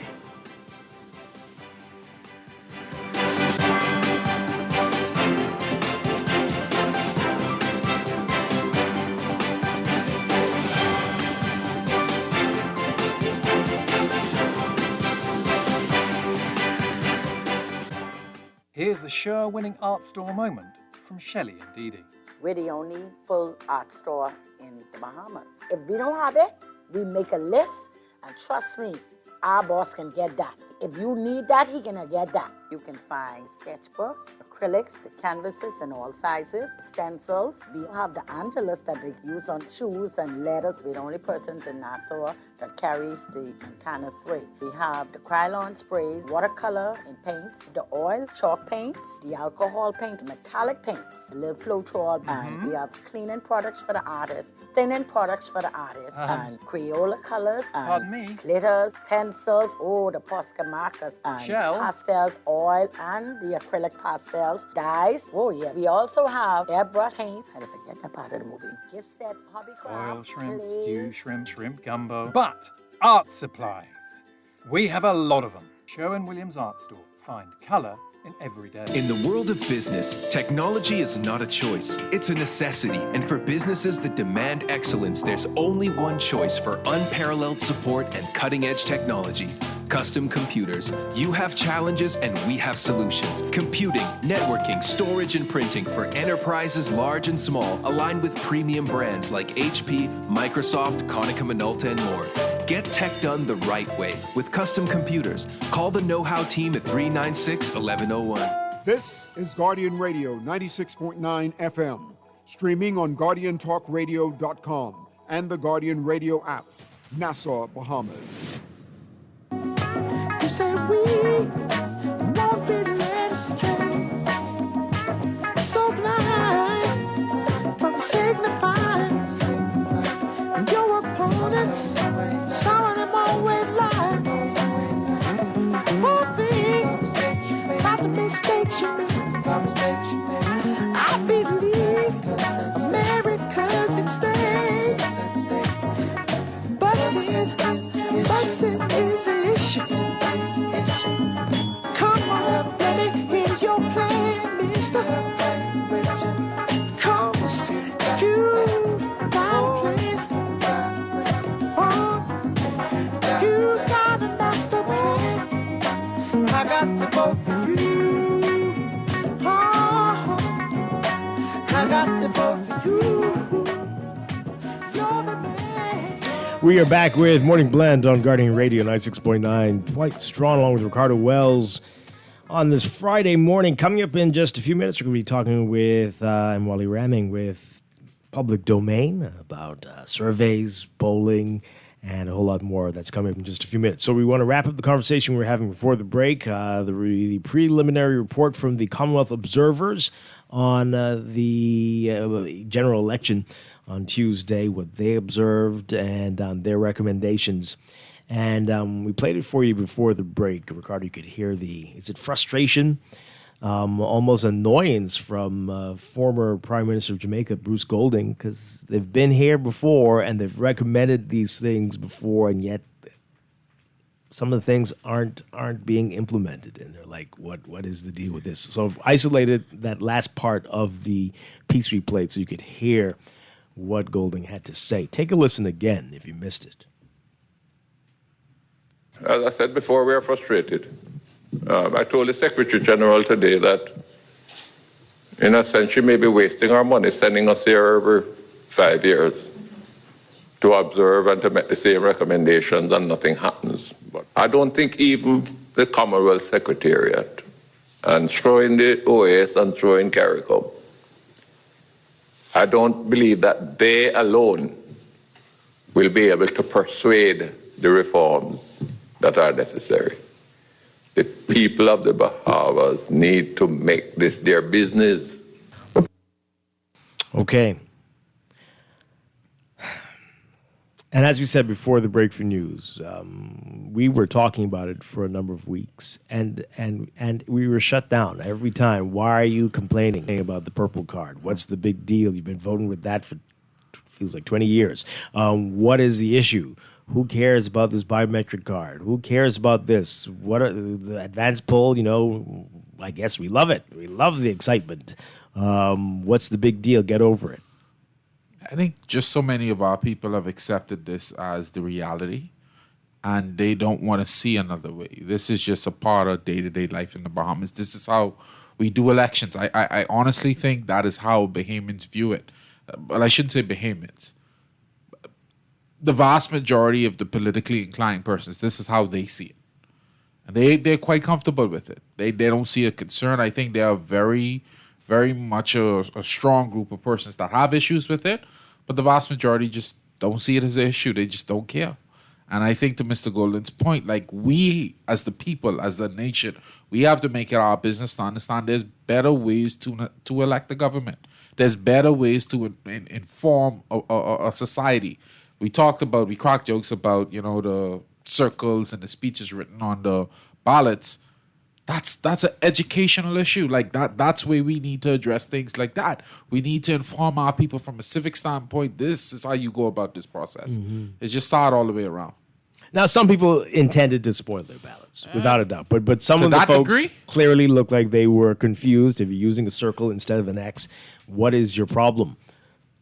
And boy, Dwight, I think Erin mentioned it on her show sometime back. I think either, I want to say Wednesday or yesterday. I can't remember exactly which day. Where she asked that we see the amount of spoiled ballots. yeah, 'Cause no. I know there's in the ongoing- past, you used to know Yeah. that there were this many, but we did not find out that information for the last general Why election, nor for really the by-elections. Right. Why I really want to see that is because I need to know how much of this was intentional, Yeah. or just persons that don't understand the In the electoral past, process. it was disclosed. What is happening now, right?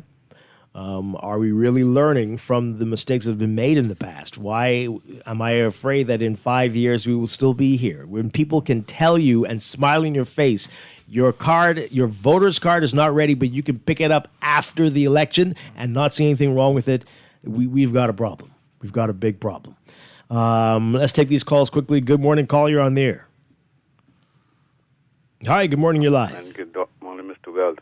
Morning. Wait, Hi. what I got from that statement, right, is exactly why we have a lower voter turnout, because the outside people can see that we are not progressing as a people, right? Especially when it relates to things being implemented, like the gentleman said, every 5 years they come and make the same request. The payment to say every 5 years we get the same result.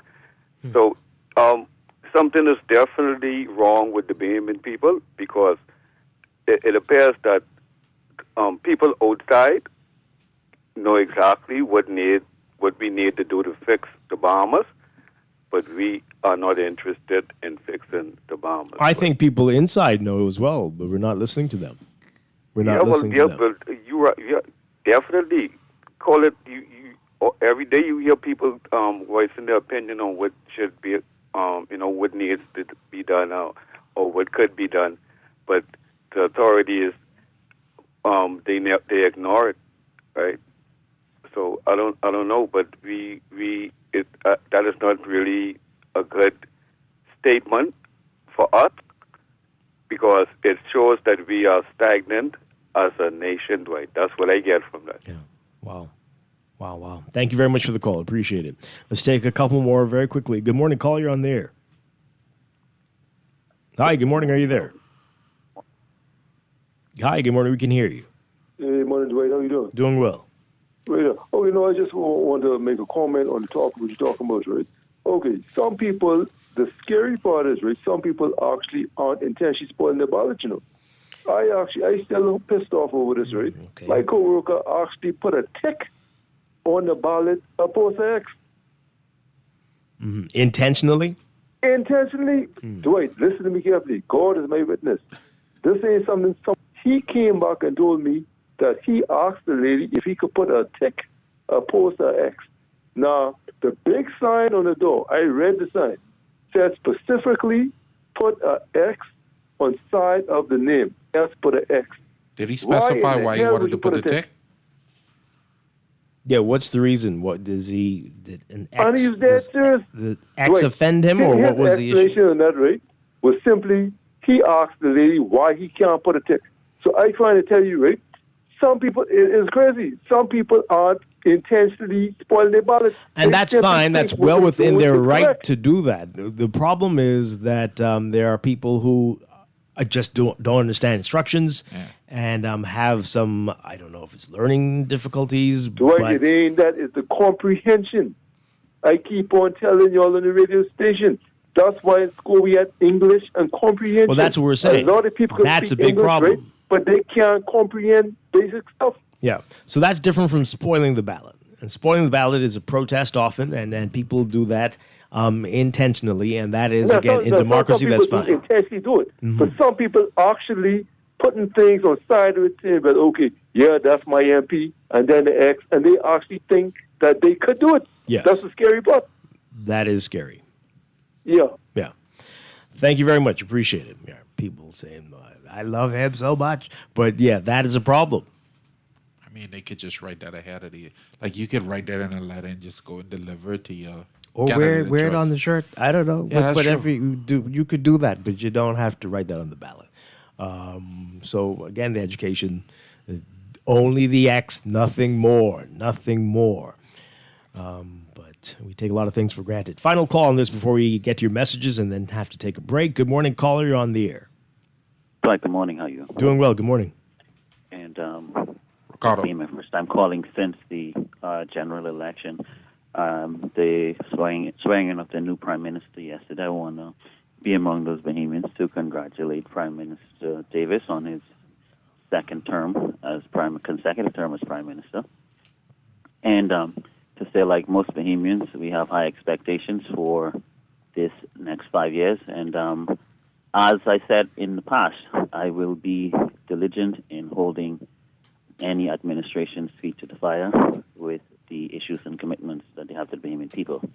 That being said, I think you just brought to the forefront the CARICOM's report. And I just want to say briefly that it is telling that the many things that Golding highlighted as per the negligent or neglect of successive governments to bring about those very basics and fundamentally important reforms in the electoral process. And I think that anytime you want to evaluate the commitment of a nation to strengthening and empowering democracy, you take a look at a lot of those issues that were outlined and you see where the level of commitment is. It's not just about going to the polls every 5 years and making sure that the constitutional aspect is filled, but it's also looking at how we can improve and strengthen and make sure that democracy has a ever more broadening, strengthening aspect to it. And that's going to be the challenge for us in the next 5 years, and I hope that we can bring some of those reforms to the table and strengthen our democracy. Okay. Thanks, Thanks a lot. You want to squeeze that in? Yeah? Is that okay? Let's do that quickly then. Are you there, caller? No? Okay. Let's read these messages as we get ready to go to a break.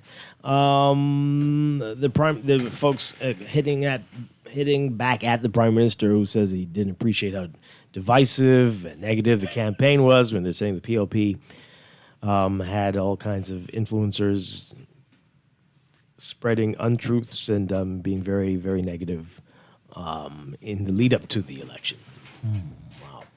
We can make voting mandatory like it is in some other countries. Part of the citizens' obligation to the state is to vote. Well, how? You could pull up to the houses with the electoral process in a bus? Like, how do you, okay. Boy. Get like customs duty exemptions or stuff. I don't know. I mean, if you do it, that's a really good idea. You like that one? Yeah. Okay. If you vote, you get 50% off your custom duties. Bringing the car duty free. Right away, instantly. Don't want a big voter turnout to become, we all know that. Okay. The Prime Minister doesn't need to do an investigation. He just needs to give the people what they want. He and the FNM only feed into the wants of their cult members so that the few that are hoping for change go out to vote. But why should you expect a higher turnout if you're refusing FOIA, refusing voter reformation, refusing electoral reform, and more? There's so much affecting us that's not being addressed and has not been addressed in 30 years. So no need to investigate why the turnout is like you're saying. Go give the people what they want and see how much better the turnout will be. Is the Prime Minister serious? They launched campaign songs like Petty Pintard. That's not a critique of his party, his politics, or his plans. That is an attack on his character. It's known as mudslinging. Was it not the PM himself who made mockery of Pintart's career as a poet and creative in the House of Assembly? Make it make sense for me. Yikes. After all that Golding says, where is the progress? Mm-hmm. Yet this person says here, why do we need an outsider to tell us that we are too lackadaisical? We have become more radical. We have to become more radical about our democracy, or we may lose it, like Pindling once said. Well, people only seem to get worked up when it is an outsider. I don't think we need outside. I think we this. Hold on. Let's. This is a part of the Commonwealth responsibility. This is not the Bahamas asking for this. This is normally the process across the region. Let's not make it seem like somebody invited him to see something that we can't see or explain something that we don't know. We all understand this. It's what are we doing now to act upon these issues? Not from a government perspective, from a societal perspective. What are the citizens doing? This is an interesting text. I cannot believe we're arguing over a check versus an X. If I put a tick or an X in the or a circle, can a counter establishment, can it counter my intent? Okay. Our brains have been deliberately squished down to mush, so we accept these dumb rules and laws. Yeah, let's pick some strange places to have these fights. That's where you want to make your stand. Circle, exit, like that. Okay, cool. I can imagine you in the soda aisle at the shop. You might just lose it. You see how it goes. So stop making a big deal about a circle versus an X or a check mark, a tick mark, right? And then someone starts to put a smiley face, and then someone starts to put a frown next to the name. What does that mean? Do you support this person or you dislike this person? And then we have to interpret what this means. Eventually, elections should just be done on Facebook. A hurricane, a tornado symbol is drawn there. What does that mean? Do you support this person? This is why an X is needed, because people will start to get a little too creative. So just put the X. Does it hurt you to put the X? Does it? As simple as, why do we mark the X with a pencil and why not a pen, so you know for a fact your X wasn't tampered with? Okay. Again, very... Good day. 8 out of 10 Bahamians know how to fix the Bahamas. 41 out of 41 Bahamians beg for our vote, and 33 out of 41 ignore the population. What now?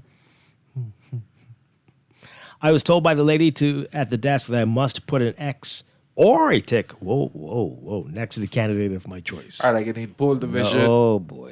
Constituency. Oh, boy. Time of election. I can need that information. You sure you heard her right? Yeah. Bahamians have Stockholm Syndrome. We just don't care. It is not broken. Why fix it? So what Bruce Golding doesn't understand about the Bahamas is that our Stockholm Syndrome makes us comfortable. Okay. What do you expect from people who prefer grill and chill and concerts over debates? Hey, we could do all three. No? We could do all three. Yeah, sure. On Golding's statement, question is, which agency in the government should be holding these recommendations and putting them forward for the administration's consideration? I think it should be the PRD, but ultimately it's back to us as a people to force the issue. I really appreciated his commentary on the referendum we had a few years back with the establishment of an independent boundaries commission, those sorts of stuff, yes. Yeah. So if you have a chance, just read or go back to the live feed to get his commentary and vote.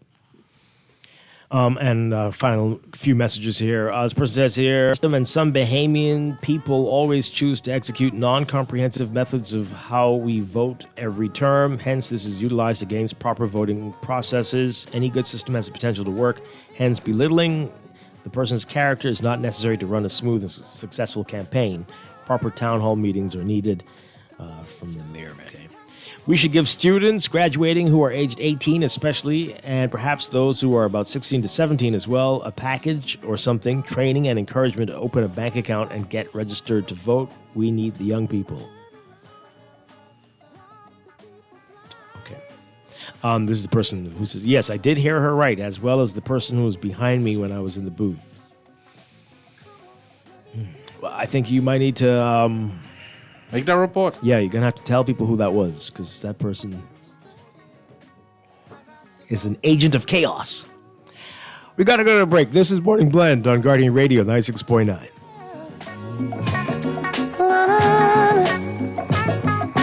Don't you understand? There's misery in the land.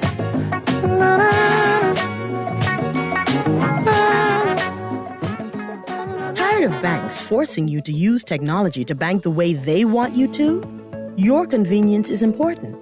So no matter what your banking needs, Commonwealth Bank's friendly staff are always available in branch for that personal one-on-one service. But when you choose technology, our online and mobile banking app offers you state-of-the-art functionality. The choice is yours. Commonwealth Bank. Bank the way you want.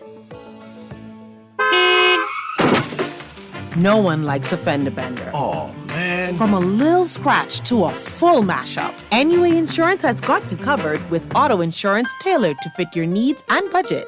For affordable rates with free on-site accident assistance, visit us online or in branch and just ask us. NUA Insurance. Ask us because we've got you covered. Screws and Fasteners World, Balfour Avenue and Palm Beach Street, has those hard-to-find fasteners for you right now. You can find stainless steel regular hex, carriage bolts, galvanized bolts, threaded rods, nails, self-tap screws, sex bolts, anchor bolts, turnbuckles, masonry tools, hand tools, and weed whacker strings. Check out the rope selection and car body fasteners, too. Special orders are welcome.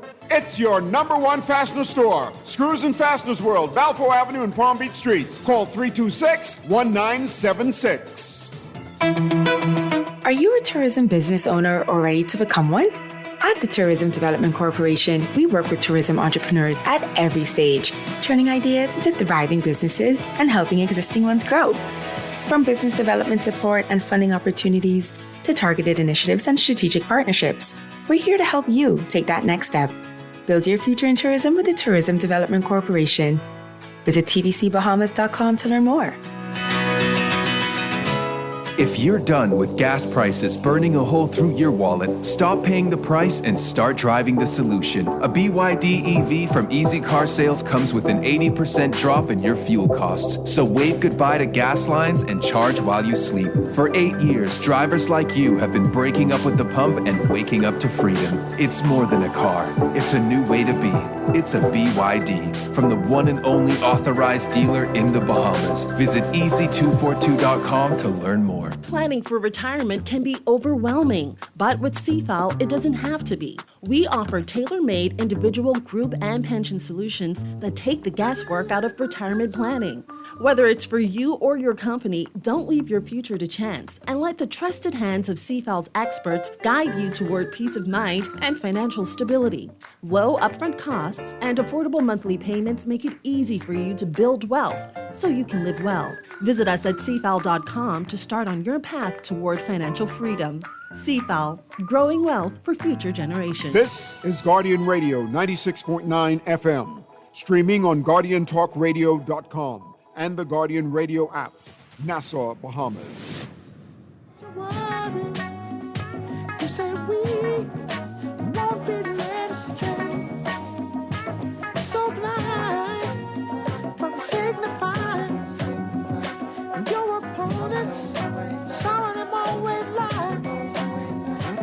Poor thing, about the mistakes you made. I believe America's at stake.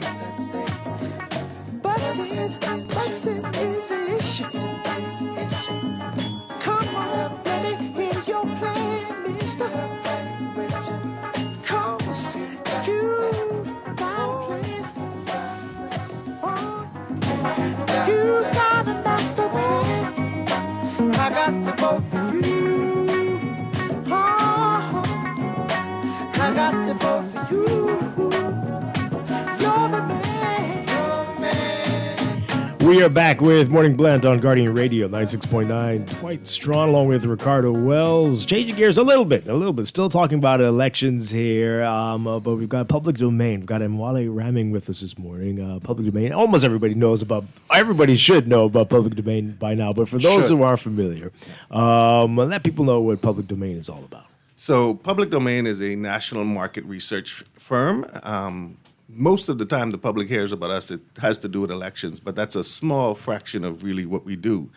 But I do want to start by thanking the thousands of Bahamians who, over the years, have answered our surveys and allowed us to speak for them.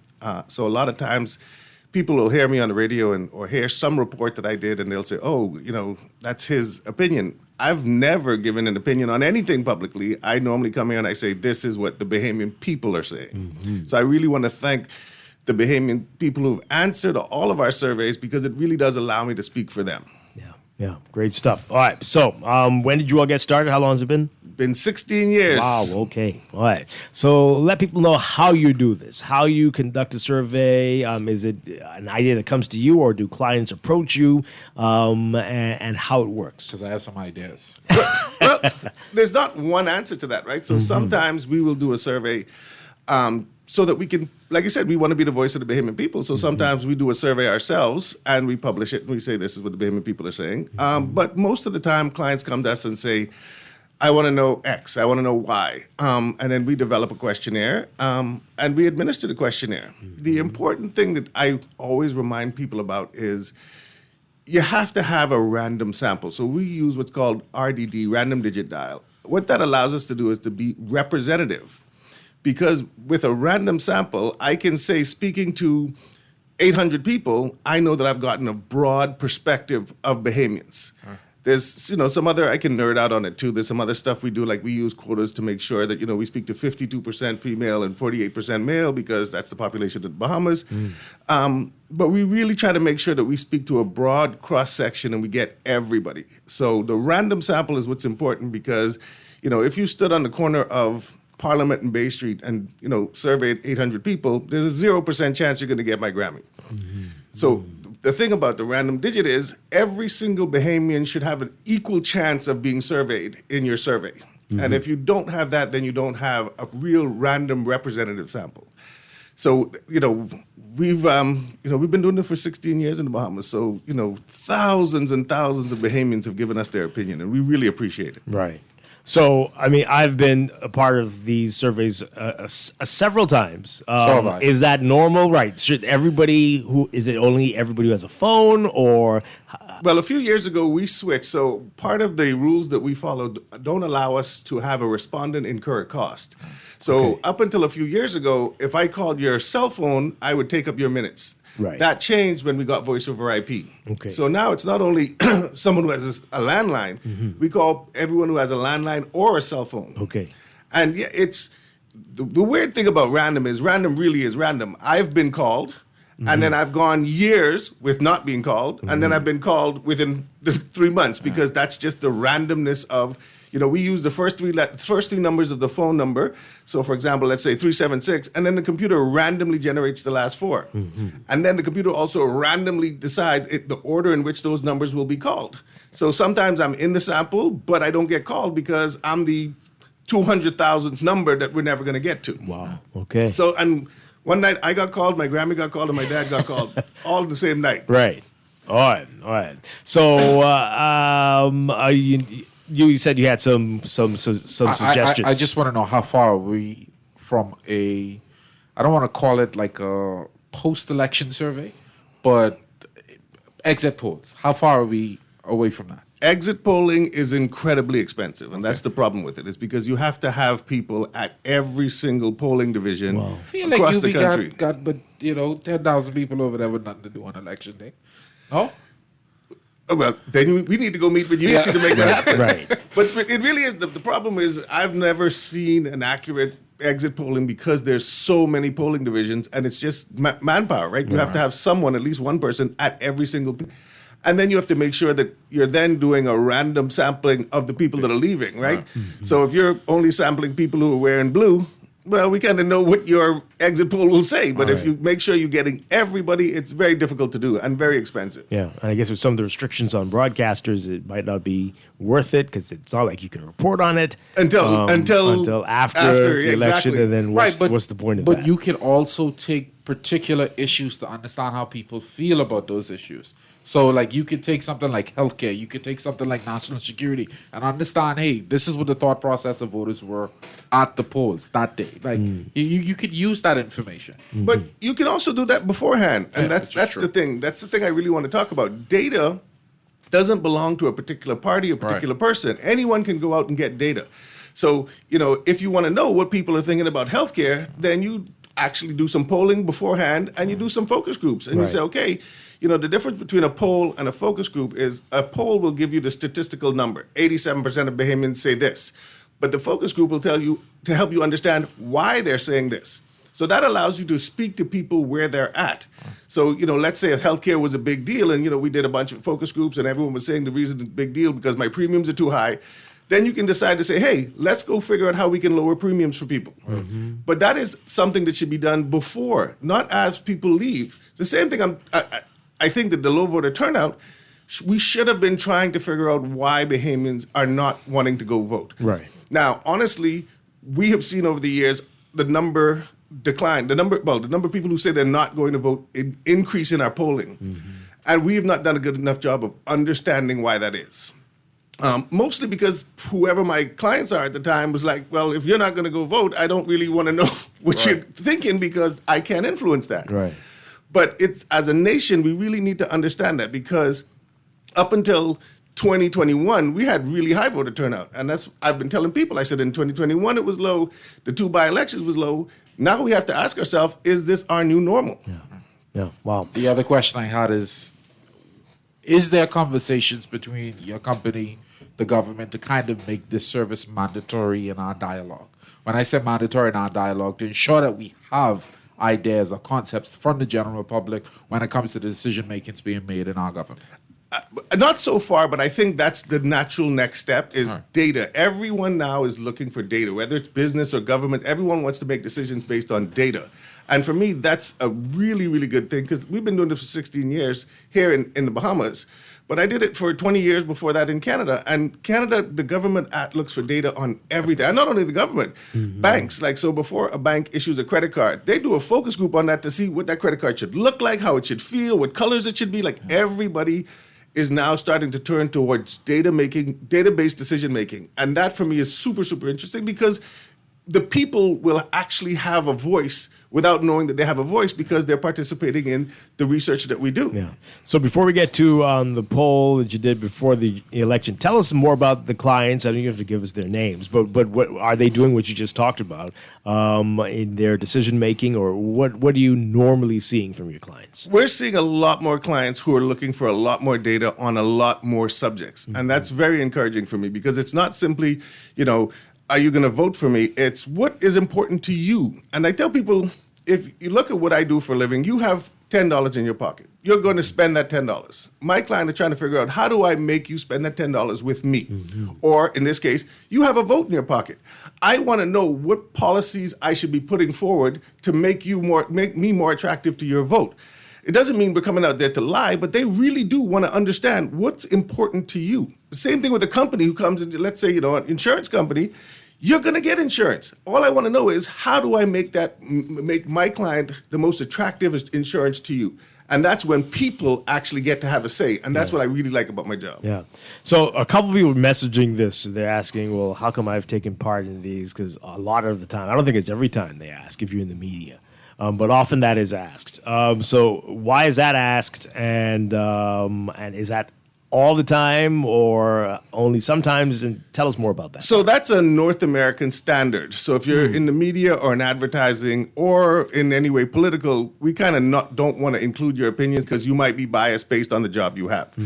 And you also might try to report on the polling before it's complete because you could say, oh, I got a call and they were talking about this. And that's the kind of clients sometimes try to stay away from that. It's not always, and it's not our decision. It's the clients who to the North American standard. And it really is like in Canada, every single survey I would have done in Canada would have had those same restrictions. Okay. All right. Interesting.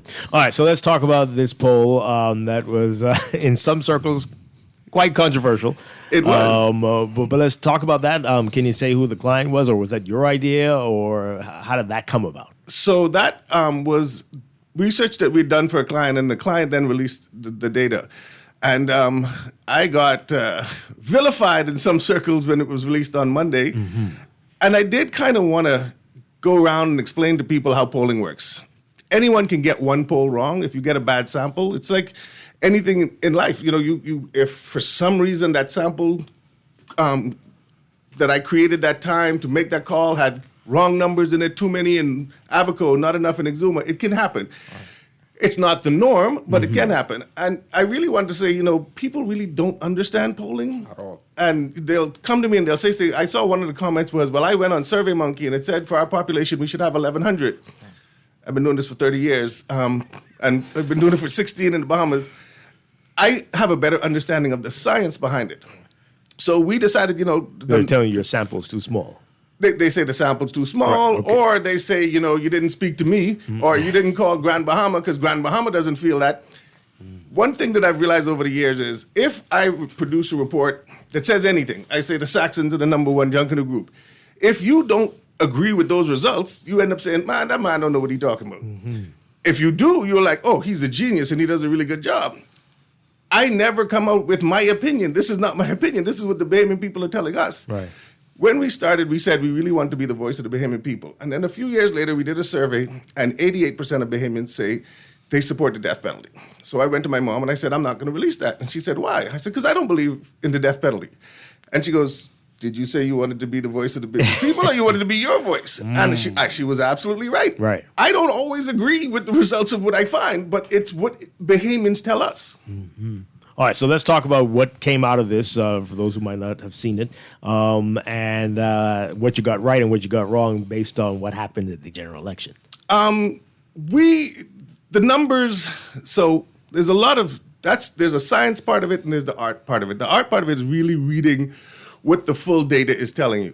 So someone, you know, and again, Bahamians wants to give an answer to a poll, and they're not legally obligated to stick to that point of view. So they could get up on the next day and say, yeah, I didn't think I was going to go vote, but now I'm going to go vote. We had a strong indication that voter turnout would be low. People were telling us for a long time that they didn't want to go vote. But we also had a strong indication that the PLP would win and win big.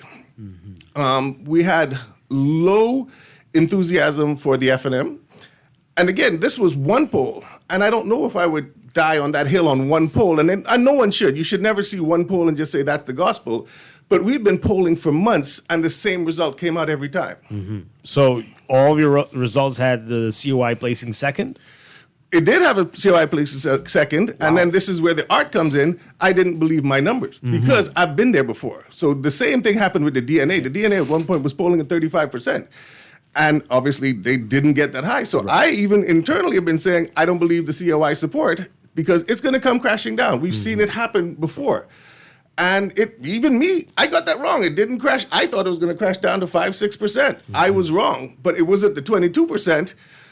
But it definitely was higher than the 6% that I thought it would crash down to. Right. So how do you explain that? What, as you say, people don't necessarily have to vote the way they tell you in a poll, but and they also how do you account for it? They also could change their mind, right? Like, so if you get in the booth and you say, man, I really want to vote for COI, but if I vote for the COI and the PLP stays in because I split my vote, let me go move this vote back to somewhere who I know could actually win, right?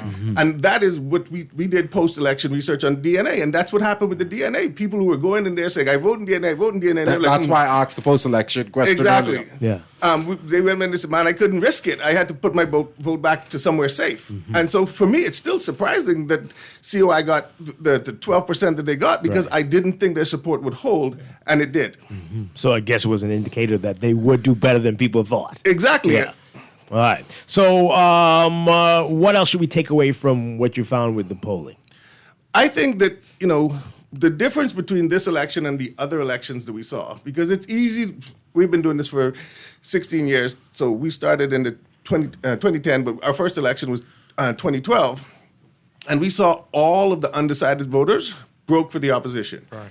And we've seen that every single time until now. So the undecided voters normally are not protest votes. Right.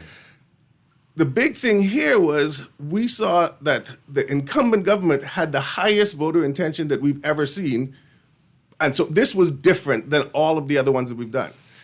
And that's what really stuck with me was that the people were saying, I'm not, you know, for lack of a better, you know, Ingram got to go.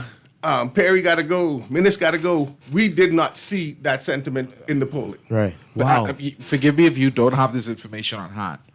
What were some of the questions in the survey? We had a bunch of questions. We were asking questions like, who you think will be the best prime minister? Right. Who do you want to win the election versus who are you voting for? The other art part of this is really asking the right question. So I give the example. That's a very interesting question there. If I ask Bahamian people, have you missed a meal in the last month because you could not afford to buy it? 80% of people say no. If I ask the question, do you know someone who missed a meal in the last month because they couldn't afford? 80% of people say yes. Right. So part of the art in this is finding the right question to get to the answer that you're really looking for. Wow. All right, so this text, we'll get to you in a moment, caller. We're talking with Mwale ramming with the public domain. This person says here they see this as a flaw in polling by using random phone numbers because the samples do not assure that they're sampling across the different constituencies and that there might be heavy concentrations in some geographic areas. That's a great response. So anybody who's ever taken a public domain poll will know that the first question we ask you, what constituency do you live in? So that we make sure and we go and we look, are we getting all constituencies? Okay. And that's for any, whether it's political or not political. But that's why I asked again, what were some of the questions? Because if you've ever taken a public domain poll, you would know right away that train of thought. Yeah. Caller, good morning. You're on the air. Hi, good morning, Dwight. Hi, good morning. Yes, I meant to call in earlier. I did some research of my own, and Bruce Golding, he's saying that he's frustrated by the numbers, the turnout, and the results, I guess, of them coming and doing election observations over the years. But I did my research on Jamaica, and Jamaica itself has lower voter turnout for the last 30 years. Even when he was elected in 2007, the voter turnout was as high as ours is now. It was just 60%, and that was the highest they've had for about 30 years. In 2002, their voter turnout was 56%, 2007, 60%, 2011, 52%, 2016, 47%, 2020. Yeah, we get it. But it's so 2025 last year, 39%. So I mean, I don't understand why he would be frustrated with our observation, but when it's the norm in his country. That's what I'm trying to understand. Okay, but they've been making recommendations, and the recommendations haven't been. No one's taking. Well, they're not taking it up as they would like it to And be. again, for the And sake- others are saying the same thing here. Right. So, I mean, that's. And for the sake of clarity, he's not speaking as the former Prime Minister of Jamaica. He's speaking as the rep for the Commonwealth Group. That's where the recommendation is coming from, not as the former Prime Minister of Jamaica. So if you're going to do that when people are sending you a message, you're going to do that to everybody sending you a message. Well, look, you're not going to get anywhere. That's not very helpful. I mean, you could have used your time in a much better, more productive way. But also, sure. like as a Bahamian, it is alarming, right? Like I was telling you guys before, I was really proud as a Bahamian of our 90% voter turnout, and I'm disappointed in us because we're not engaging a large part of the electorate, and we need to figure out why. Yeah, absolutely. This person's asking, so if you want to be a client, if you want to engage public domain, what do you need to do? They're asking about money, but are there clients you won't take on? How does that work? There are clients I won't take on, but that's more of depending on the industry. I'm not a big fan of anything that's going to harm the Bahamas, so I'm very wary of taking on, large developments, that may potentially harm the Bahamas. Again, all I do is data. I give you data. I say, this is what people are saying. This is how people feel. And if you want to get in touch with us, we have a website. We have social media. My number's everywhere. Feel free. Yeah. Let's take one final call on this. Caller, good morning. You are live on Morning Blend. Are you there? Good morning. Hi, caller. You're live. Hello. Hi, we can hear you. Well, good morning. The last part with Mr. Raming said about the Prime Minister, I've been saying that for the past year. My job that I have take me to people's houses and businesses. And this was the first time that a lot of people, nobody was saying that I heard say they wanted to get rid of the Prime Minister. All the other times, and I've been doing this job for over 35 years, covered spanning all the elections for 35 years. When you go to people's house and businesses, the job that I do, people used to take with their frustration on whoever the Prime Minister was. And I wasn't getting at this time about the current Prime Minister. Interesting. Yep. Thank you very much. Okay. All right. So where do we go from here, Wally Raming? I think, and the COI is I can't even call them upstart anymore. Once you get 12%, you at the big boy table down. I think they need to do some research to figure out what's next for them. Is this their ceiling, or is this their floor? Right? Are they only going up from here? And then understand really why people voted for an alternative. Like really understanding it. And I think the FNM should do that too. They should be really looking at what happened. I'll pay good money for that poll. Good money for that work. No, but we really, I think we need to start moving into data-based decision-making full-time now. And it's not, I give the example of, we did a survey, I think 3 years ago, where 56% of Bahamians say they would support recreational marijuana. 5 years before that, it was 46. 5 years before that, it was 36. So we say now next year it's going to be 66. Are we as a government making decisions based on what Bahamian people are feeling, or are we sort of just trying to guess what they want and deliver it, when the data is right there and available? Yeah. No, we spoke about the different parties. Can you give us one for each party, what was the most surprising thing that you got out of the data? Again, the most surprising thing is, and this is not a surprise to anyone, an incumbent government that had such high voter turnout. We've never seen that. Right. We haven't seen that since we opened, but obviously we haven't seen one change in 30 years. Right. So I was very surprised at that. I was also surprised that the enthusiasm for the official opposition was so low. And again, I was very, very surprised that the voter intention for the COI was as high as it was. And again, I told my clients, I said, I don't think that will hold because we've seen this before and it didn't hold. Yeah, my goodness. So I'm curious. So do clients always release the information that you find out from your polls, or is it up to them? Is it up to you, or how does that work? So I collect data, and once I collect the data, the client owns that data. Okay. They can do with it whatever they want. 9 times out of 10, let's say, an insurance company wants to find out what's the most important thing. They don't release that because you don't care about that. Right. This is the only one that people tend to care about, which is why it gets released sometimes. Yeah. But most of the time, data is used for internal decision makings, not external use. Interesting. Okay, so one more time, remind folks how to reach you and how to get more information about what you do and to hire you guys. You can find us on our website, ourpublicdomain.com. We're on Facebook. We're on Twitter. You can find me anywhere. And I'm always interested in having a conversation about data. Yeah. What's the next thing you're working on? What's the next survey on? Can you tell us that? We haven't really decided. As you can imagine, we were very busy heading into the election. So now this is kind of let's take a break and calm down. But we will be doing some work trying to understand financial literacy. What do people know about it? It's a much more complex questionnaire because, this is not a simple who you're going to vote for and why. But I'm also very excited about it because it hopefully can help open up the space of where we're thinking and talking about financial literacy. I should probably do the same on the Constitution as well. I think that would be a little more tricky. Wow. We got time. Exciting stuff. And Wally Raming, thank you so much for being here this morning. Thank you so much for having me on. Keep up the work you're doing with Public Domain. Definitely. All right, we're going to break for news headlines and be back with our HR series in business. We're talking about succession planning versus default leadership. And that one's going to be hot, too. Stay tuned. This is Morning Blend on Guardian Radio 96.9. I got to vote for you. You're the man. This is Guardian Radio 96.9 FM. Streaming on GuardianTalkRadio.com and the Guardian Radio app. Nassau, Bahamas.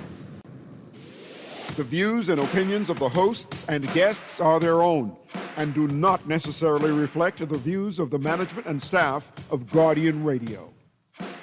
Wake up, it's a new day. Wake up, it's a new day.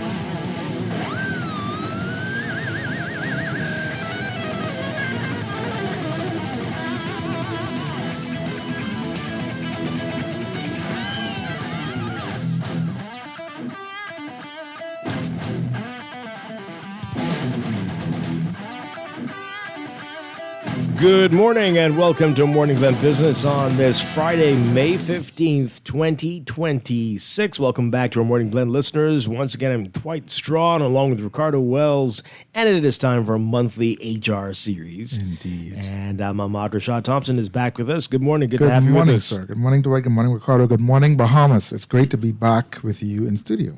All right, so this will be the third one that just coincidentally ties into the elections, but this definitely is a workplace issue today. Sure. Succession planning versus default leadership, people falling into leadership roles, whether accidentally, whether you next, so come on up.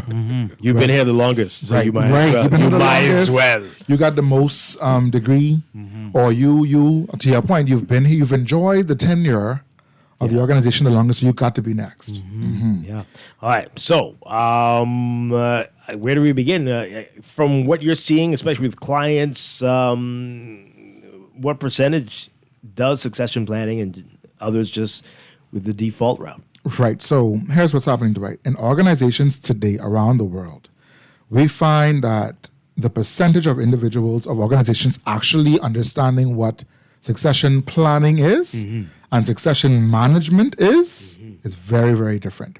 So, startling facts. 66% of organizations admit they have no clear succession plan. Wow. 66%. So, if there are 10 organizations in our country, let's just say, that means 6.5 of them, we just see what happen. We hope our CEO don't die or quit. Wow. Right? And then 86% of leaders say succession planning is critical, but only 14% believe in the organization and the fact that they do it well. So you may have a succession plan, a succession model in place, but 14% of leaders are saying, I don't believe, 86% of leaders are saying, I don't believe my organization is doing it well. So you may have, it's almost like when you have the vision and mission statement on the wall, but nobody really lives the vision and mission. Right. Similar concept here. And so you have two things happening at once. One is that organizations don't have a plan at all. 66% of them. Right. Of course, this is data, so this is not matter of fact, but this is representative of organizations around the world, across industry, across generation, across population. And then you have, of that 66%, 86% of leaders are saying, we have a plan, but only 14% of that 86% is saying our organization actually does it well. Right. And if we take this and we apply it nationally in the Bahamas at this time, I don't remember ever hearing. I listened to a broadcast yesterday of the swearing in of the Prime Minister, and one of the fun facts that one of the news stations reported was that this Mr. Davis is the first Prime Minister to ever assume the role of leadership after having been a deputy leader. Apparently, it's never taken place in our country before. I'm not sure that's actually true. That is true. But he's the only person, as far as I know, in the history of our country, who has ever ascended to the role of leader from deputy leader and then become prime minister twice. That's the only person. Yeah. Now, if that's wrong, any historian or person, please correct us, let us know. Definitely in terms of prime minister. Correct. That's correct. Right? Mhm. Now, you may have gone from deputy leader to leader. I don't even think that's ever happened before in our nation, where you rose from the deputy leader position to the leader of the party and then became the successful candidate for prime minister in that party. What does that tell us about the way we politicize our organizations in the Bahamas? There goes data again, because that is absolutely true. That's amazing. Come on. Now, if I am anyone in any of these parties, I am right now, well, let's look at the three parties differently because they're not in the same position at all. Mr. Davis has made history by becoming the first minister in 30 years to be elected for a consecutive term. The last time it was Mr. Ingram in 97. And then Mr. Ingram's leader, his deputy leader at the time would have been Mr. Turnquist? I can't remember. For the first term, but by the second, I think it was Frank Watson by then. But anyway. I think it was Frank Watson first. And then... No. Turnquist first. Anyway. Yeah. The fact is, none of these parties have ever outright said, here's what we believe is our succession for roles that are critical in our organization. If we look at the Progressive Labour Party right now, we have individuals like Mrs. Glennis Hannah Martin. We have Mr. Fred Mitchell. We have Mr. Brave Davis.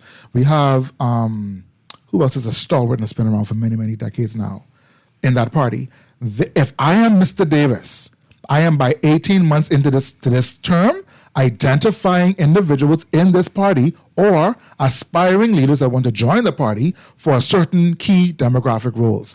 Mrs. Hannah Martin has proven again successful in Engliston. I am identifying her successor now.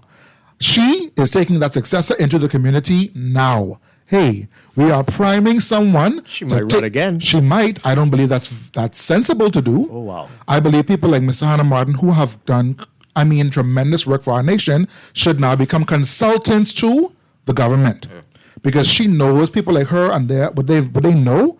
This is the problem many organizations make to Dwight or have. Institutional knowledge walks out of the building when people either go into a coffin or decide they've had too much, right? The fact is, everyone is getting older. In 5 years, there will be 5 years older should the Lord tarry and spare their lives. Are you going to be as sharp? Are you going to be as willing? Are you going to be as able? You could be alive and still unable or less able. If I am Mr. Davis right now, today, after these swearing in things done do, by next week, Wednesday, everybody in the room, let's talk about what's going to happen, what this nation will look like in 25 years minimum. You don't want, sir, to make history and make shame at the same time. All right, so all your PFPs, please get the PF like Naya Radio, because we're about to do some stuff right now. Well, I think they swear in somebody right in a couple of minutes. But if you can record it and let them know. You can go back on the podcast page and listen to it again. Because the trouble with succession, Dwight, is that where there is an absence of succession, you cannot guarantee leadership is going to continue. And real leadership is legacy, not yours, but the legacy of the organization you've served. If it does not live without you, it cannot live with you. But so many people are paranoid and thinking that, if I do this, you're going to try to show me up and ease me or kick me out faster or something. I don't know. But how do you get people to understand that this is necessary for everyone's peace? Indeed. People who are living in a space of insecurity have a personal issue. Now, mama, sir, if you feel so threatened by a plan to help your organization succeed, it potentially means that you don't want it to really succeed. Wow. You want it to be held hostage because if they don't, what are they going to do without me? They will survive. In the morning, the sun will rise, and in the evening, the sun will set, whether you are there or not. What I would do if I were you is want to be there, position myself to remain there, bring so much value that they say no matter what succession plan we have in place, he or she is a vital part of it. You may not be the successor, but we need you. We do value your contribution, but darling, they don't need you. Get out of your own way. They would like to have you. You would like to be feeling like they need you. But the only people need right now is people who make sense. And if you cause confusion, pack up your bag and your knapsack and go where you live. Wow. Yeah. But I want to go back to the point about succession. Succession planning and succession management are two different things. Okay. One of the things that I believe Mr. Pintar did less well is he said things like we are under new management. Sir, you are leading an entire nation. You are vying for leadership. You're not managing a chicken shack or a petty shop. And so if you are going to rebrand this organization, you should say our leadership position is changing, is evolving. Our leadership ethos is now this. We have seen what poor leadership, what tyrannical leadership, what dictatorship style leadership has done to our nation and to this party. We are now looking to evolve as leaders. Under new management, it's like a junior person coming up from supervisor to manager. Sir, this is a national country, a global organization. You can't say you're under management. You have to reposition the leadership brand. And so F&M's... The words make that much of a Dwight, difference. Very much. trust me. Wow. Two things Bahamians don't like. People who rig up and people who frig up. Oh, my goodness. Nah, hear me in the spirit. If you look funny, they ain't on your run. If you keep losing, they ain't on your run. You're a loser. And Bahamians don't like, we like to brag. If you go on the track and you lose, brother, you in a tight. You better pull one hamstring or your leg better fall off your body. It got to be a reason you lose. If it's all this way, he ain't that, she ain't that. They take your poster off the wall, right? Companies just take back the endorsement.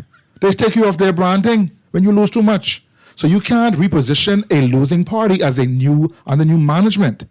You have to position this as an organization looking to evolve the way we lead the nation. Especially when you were part of that former management. Correct. We didn't bring you in from the outside. You came in from the inside. And you accidentally got that leadership role. It was not planned for. When Mr. Minnis resigned as party leader or whatever, I can't remember what he resigned as.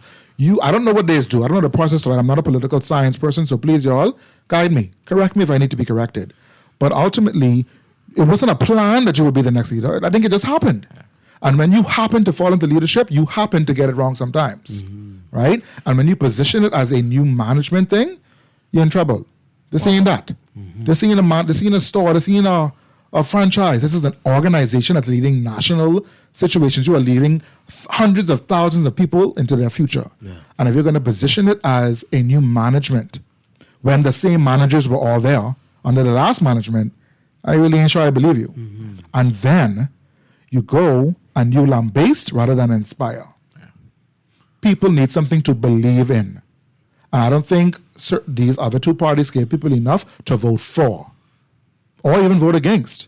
The gentleman said, I don't know who it was the guest you had or a caller, who said, this is the first time in a while we didn't hear, Brave got to go. We heard Minutes got to go, Kirsty got to go. We heard that.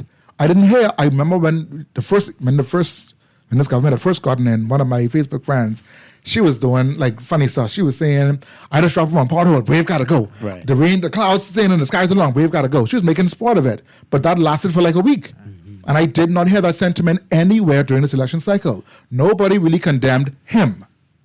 They may have condemned some of the things the party did, the travel stuff and so on and so forth. But it wasn't nothing, I believe, that caused people to say, you know what, this whole government got to go. That's what's happened in the last 30 years. You know, there's to come back with 33 seats. Whether the population voted or not, and that's another discussion, but ultimately, when people aren't prepared for leadership, it shows. It is radically clear and unequivocally visible why you weren't ready for this role. And you surround yourself with people who are also unready for leadership. Wow. Leaders inspire and cowards incite. And this election season, we saw lots of inciting, very little inspiration. Wow. This is our HR series. We're talking with Ahmad Rashad Thompson. We're talking succession planning versus default leadership. Wow. So if you're one of the other parties, give us some ideas on the better way to deal with these issues they're facing. What not to do if your company, if your entity is facing a challenge like this. This could be problematic now. Indeed. Here are the problems that exist in organizations. You, Mr. Political Leader, Mrs. Political Leader, Mr. CEO, Ms. Franchise Owner, Ms. Petty Shop Runner. Here, because let's even look at family businesses, Dwight. Just because my daddy owned it doesn't mean I want to own it too. Yeah. We may have different interests. We may have different, I have a client right now who, I have to be careful, but it's a family, but the client runs the business. The client has about 6 children that could easily run it, but none of them want to run it. Wow. So what you can do, you can get mad at your children and have fun before you can get child support, or you can look around the country and see who has an interest in this type of business that wants to see it and take it to the next level, right? But the problems that many organizations make, they base decisions on bias. I like Ricardo, I can't stand Dwight. Ricardo, you next. Right? Or Ricardo don't challenge me the way Dwight challenge me, so Ricardo, boy, let's ride. Dwight, you ask us to run on with, and on your run. The next thing is you have outdated systems. Is your organization running as though it's 1997? Wow. It's 2027. You can't run on what is running on then. Bringing in a historian, bringing in someone from the past. Yeah. Always reminding you where we we were the been, first store to open rather here where we're going. in 19. I don't need whatever, to remember whatever. when things ain't where I want it to be today, where we've been, so I need to know where we're going. And you, Mr. Leader, Mrs. Leader, have to the Bible says, and make it plain, so that those that get it will run with division. I'm talking about break off running, like Stephen Gardner them, Sean A. Miller them, break off running. You want me to look back at a time when I was in grade 4? So I couldn't spell, was on the playground eating burger and thing. I don't need to know what was going on in 1997. That is irrelevant to me today. Tell me what I could expect in 2057. This is amazing. I remember, I can't. It might have been Ford. Their 100th anniversary or something came up, and they were not making a big deal about it. Right. And I thought, this is crazy. And the CEO at the time explained that the clients were going after these younger people. Don't care about what we were like 100 years ago. It doesn't matter. That is not going to get them into the vehicles. It doesn't matter. And we have to think about that. Correct. They're not interested. I think there are moments for that. You can do that in your party. We want to honor our leadership who continues to inspire us and so on and so forth. But to come on a campaign trail and tell me what you were the first to do in 1997? So, the country was radically different then. The needs were radically different then. The people's mindset were radically different then. And back then, everybody was your age who voted. Your grandchildren's children are now voting, so it is irrelevant. You may not be, but no.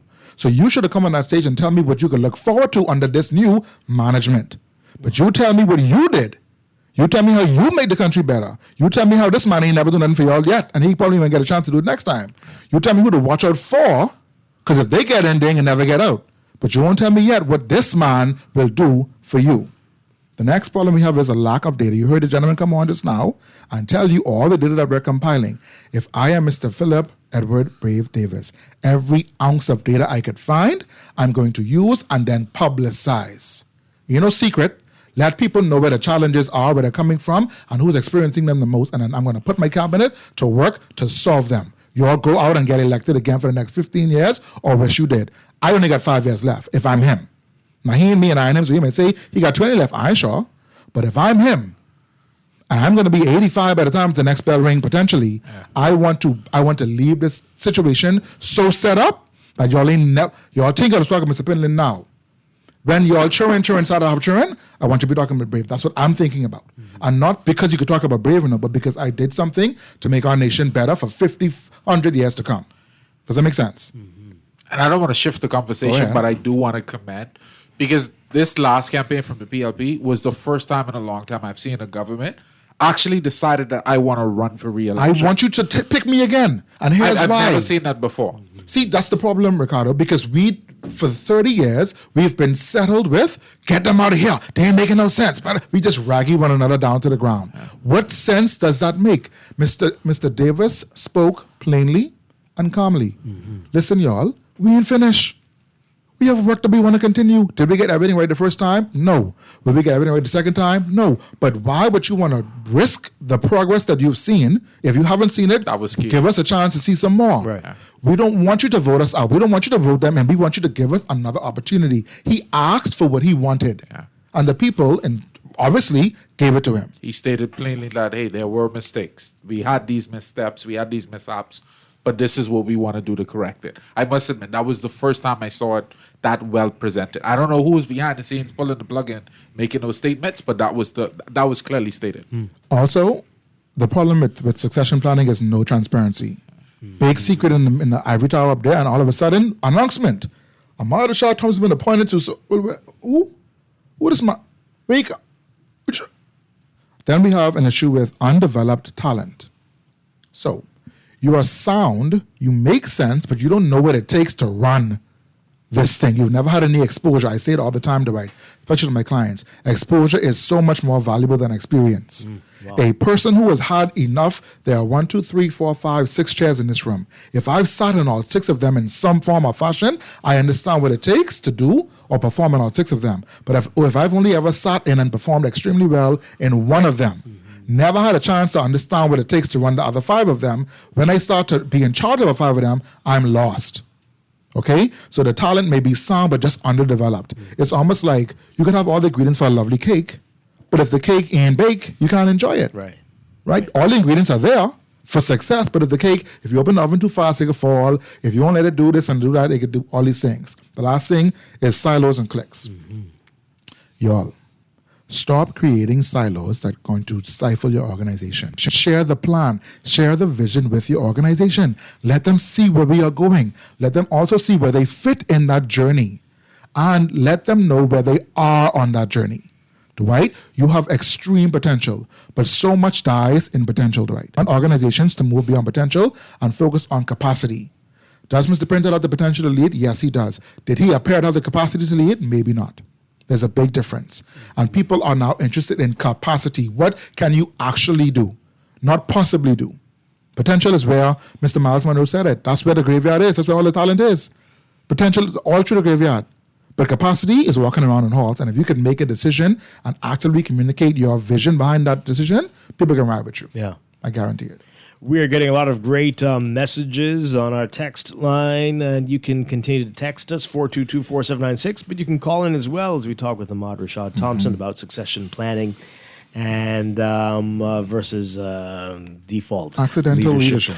323-6232, 325-4316, 325-4259. Call us toll free, 242-300-5720. Tweet us, Facebook us, text us, 422-4796. We'll get to some of these messages in a bit, but I think we talked about this a few months back. But how much of a role should the leader play in the succession process? Should it be up to the company? You all deal with that. I'm here if you need me for anything. Or do I need to actively be mentoring, picking a successor, suggesting someone would be great to succeed me? What is the role of the leader at that time? The leader's job is to oversee and to ensure the process is in place and functioning. If the leader has to go out and select your successor, if I'm the CEO and I have to go select the successor for the VP of Finance and the VP of HR, but you're only doing your job. You leading the HR team, you're leading the finance team. You're supposed to be able to identify the talent that exists or is lacking in your division or department. And you say to me, boss, I need to put so-and-so on a course because he or she is only lacking so-and-so. Or we have a brilliant financial mind, but this pay is a catastrophe. Ain't nobody like him. I got to put him in some coaching to get his people's skills, evaluated or improved. Right. Or maybe we have somebody who is too people-y and has missed all the important details, right? But none of them are good. You have to identify, the leader's job is to ensure that the process exists, is clearly defined, is clearly communicated and overly communicated, and everyone in the organization, whether they qualify or not, can see where we are going. Yeah. They identify the critical roles in the organization. Any vice presidential role and executive role is already critical. Any role that's directly specialized is critical. For instance, in governments, let's just say, roles like finance roles like infrastructure and foreign affairs and things, those are critical roles. People can be taught the public service. People can be taught things like works and stuff. You can learn how to lay a pipe and that kind of thing. I'm not trying to diminish it. Please don't get me wrong, because I can't lay that. But I'm saying to you, where you identify critical roles in your organization, there need to be identified critical people that can now fill those roles for whatever reason. Let's say there's a terminal illness. Let's say there's a death. Let's say there's an abrupt departure from the organization. Let's say something happens and that person is going to be seconded somewhere. Who will fill in the reins? Yeah. Right? The problem, though, in some organizations is that we promote people who aren't ready, or we promote people who don't have a successor themselves. So I'm now forced to serve in two roles, and I can't serve in them well. And then you start to say to me, the promoted, that I'm not ready. And then anybody else who didn't feel I was ready could now say, I tell you all, Ahmad wasn't ready for this. He can't handle all this pressure. But ma'am, you got me doing what I used to do, what I supposed to be doing, and what you ain't doing. Right. So what's really going on? Wow. That's why I like so much his commentary on the Hannah Martin thing, Yeah. where he said that persons like that now need to become the wise counsel to bring these sorts of things together. Because even if Ms. Hannah Martin decides, I still got more to give, I want to run another term. Listen to me. Time goes away. It elapses. So no matter what, you ain't gonna be there forever. And you shouldn't want to be there forever, leader, whoever you are. Mm-hmm. If it depends on you, it's not a legacy, it's a dependency. And that's a big issue. And that's why so many churches and organizations around our country continue to fail. Big row in the yard as a church? You got to be kidding me. In the court. Come on. You fighting over things as a leader of a church? That's rubbish to me. Because you didn't identify to your people, listen, man, I am my last leg, y'all. I ain't going nowhere. I still gonna be your member, but I need to get out of here. I need us to now come take the reins. All right, so this might be a whole show, but the pros and cons of picking the successor from within versus somebody coming in who has not much of a history with the organization. Right. So let's move away from the word picking. Okay. You pick mango, you pick cherry, right? You don't pick Right, people. right. You select the best talent for an organization for that role. But I understand your question. There are pros and cons to both. Right? You have someone that's entrenched in the organization that understands the pain points, that knows where the navel string is buried kind of thing. But you also have someone that's been there for so long that they may be insensitive or desensitized to the real challenges that exist.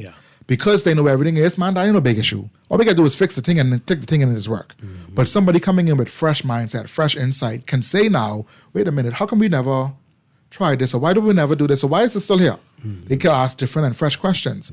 There's value in both and there's cons in both. Right? You have to make the best decision for the organization.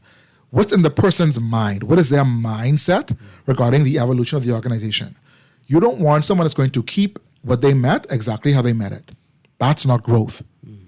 That's, in fact, the reverse of growth. Right? That's stagnation. You want someone who's going to say, listen to me, man, we have 5 chairs in here. If we reposition this table, we could get 2 more in here, not to take up space, but to add more value. Because with 2 more chairs in here, we could do BAM and we could do BAM. And all of a sudden, you hear things like, well, we never had 2 more chairs before. I know. That's why we are where we are right now. I say it all the time. You can never go where you've never been by doing what you've always done. And if you want to go you've never been, try something you've never done before. Do the right thing, but try something different. And you don't have to reinvent the wheel. Is there a model you can follow? Is there a model you can adapt? But when you look at the pros and cons of bringing an outside talent versus an inside talent, either way, are you preparing? Does that talent know what they're going to be taking over? Has there been the right exposure? Does the outside talent, what type of work have they done? What have they been exposed to bring that exposure to your organization? What will that exposure cost us and cause us to become? Will it take us further or will it keep us back? Will that exposure that person has from the outside add more value or cause more confusion? And you have to have objective conversation about these things. Also, Dwight, ask the question, Ricardo, do you want to become the host of Morning Blend? No, Dwight. I value my once a week, once a month interventions. I can go to my turn and go to Long Island when I want to go. I don't need to come to an organization 5 days a week just to hear my own voice. I don't want that. So rather than Dwight saying, Ricardo has great potential, I want to make him a success, and then you catching feelings when he tell you no, ask him. Because if you feel in your belly, I ain't sure if this is what I want to do for too much longer, you ask him if it's in his belly. And if he say, no, sir, do you say, okay, no problem, no problem. You sure? Ask him again next week. Let him host 3 days and you go on vacation, see what he feel like. He might say, boss, I underestimated that. I think I really like that. Let me try it again. But when he tells you for the 3rd time, Dwight, you know what? I can't come next week because I broke. I mean, I busy. I go in a week. You don't broke, he's a rich man. Sorry about that. Believe him when he says it. And when he says it to you, find the talent elsewhere. But then ask that talent, do you want to lead a national conversation on a daily basis? What is your vision to take it to where I've never taken it before? Where will Morning Blend become? Where will Morning Blend become with you at the helm if I were to step down today, or in 5 years, in 3, whatever the time frame is? Ask the questions. The gentleman said earlier, your guest, get the data and use the data. Come on, it's easy, y'all. Absolutely, it's easy. All right, let's get some calls in. 323-6232, 325-43. 325-4259. You can call us toll free as well. 242-300-5720. We're talking with Ahmad Rashad Thompson about succession planning versus default leadership. Caller, good morning. You're live on the air. Hey, guess how you doing? Doing I well. just want to make this quick. Ask your guest for me, please. how much part of likability plays a role in politics? Because Mr. Brave Davis seemed to be a very likable person. Man, he's a nice guy. Yeah, so that might have play a role too, also in him getting back in as a second term because of his likability. Yes, and second thing, I think you guys trying to take your job. No, sir. Trust me. No, sir. Ain't nothing happening. I straight. Okay. All right. Can I respond to that? Well, I can ask you. You feel like yes. Go. Y'all, leadership is relational before it becomes operational. Wow. Hear me when I say this. People go where they want to be, where they feel good. Okay? You could have a hairdresser, a barber, a mechanic. If the boys make you feel funny, you won't go back to him. He could be sharp as a tack. He could finish the car in 25 minutes and they'd run like it never run before. But if the boys talk to you funny or disrespect you or make you feel like you own nothing, you won't even go back there. You can go to the bush mechanic who's drink 53 can of beer before you even open the hood and talk, drive with him, but you feel you had a good time there. Your car still clicking, you know. But you had a good time. Now, am I saying that you should forego efficiency and effective leadership because you like the bay? No. But I'm saying if I could like you and you could perform, or you win. And Mr. Davis, historically, Progressive Liberal Party leaders have been more likable, more favorable than some of these Free National Movement leaders. You could disagree with me, that's your opinion. You might that's have your to right. write a book when you lead this show. Let me tell you something. People generally, look at the way they engage these people on this campaign trail, right? The charisma look at the way. At another level. Mr. Christie walk up and, oh, baby, come let me hold your body. Let me feel you, say you're feeling. He ain't standoffish. He ain't got his shades on. He ain't in the crowd. In fact, officer, go in the back. You go in the back and just make sure ain't nobody do. But come, Mary, let's talk. How your baby? How them grandchildren now? How things going? They won't sit on the lap and talk. They will go in your front room and sit on your porch and eat that porridge which you got in that fridge to eat. They can eat that food, right? They can drink that Kool-Aid. They can sit and they can talk with you. Others of us in our community want to stand at the fence with our shades on and our Gucci shoes can't get muddy. Oh my. Ladies and gentlemen, people go where they feel value. Jesus Christ is the standard. I think he just cracked the code. Jesus Christ is the standard, right? Jesus went where the sinners were. He didn't stand up on one high every time and say, come to me. He gone where they was. Peter them was gangsters, right? Just like me and you. Well, probably me. I know but you.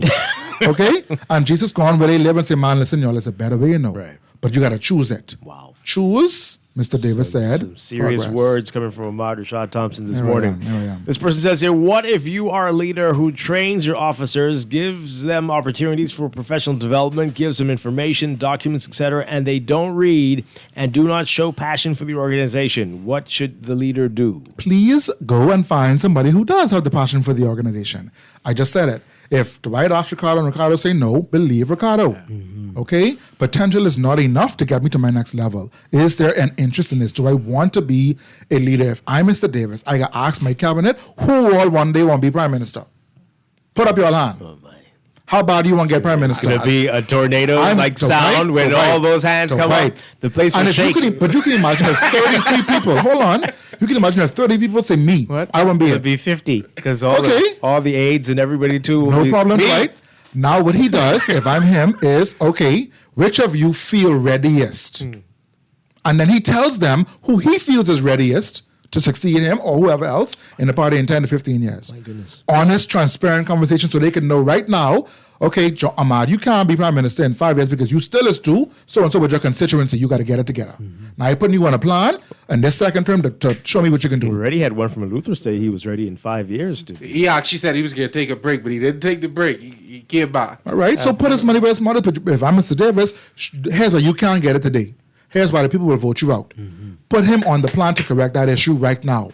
So in 10 years, maybe 7.5, he may actually be a viable option. Could you imagine a party with 5 possible candidates for prime minister, not in competition with one another, you know, but being prepared for national leadership? There's a big difference. If I'm Mr. Philip Edward Brave Davis, I am positioning this country to be a progressive Labour Party national led government for the next 45 years. Oh boy.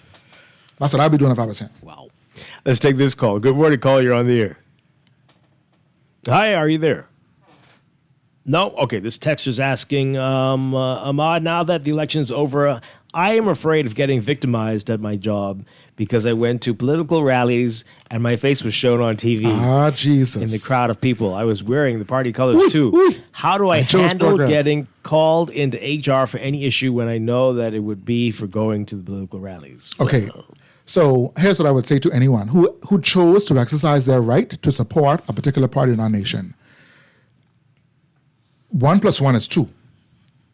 If you are performing unequal, if you know you're skylark on regular, you know you're going to work and walk backwards all day, darling, you shouldn't have gone to them people rally.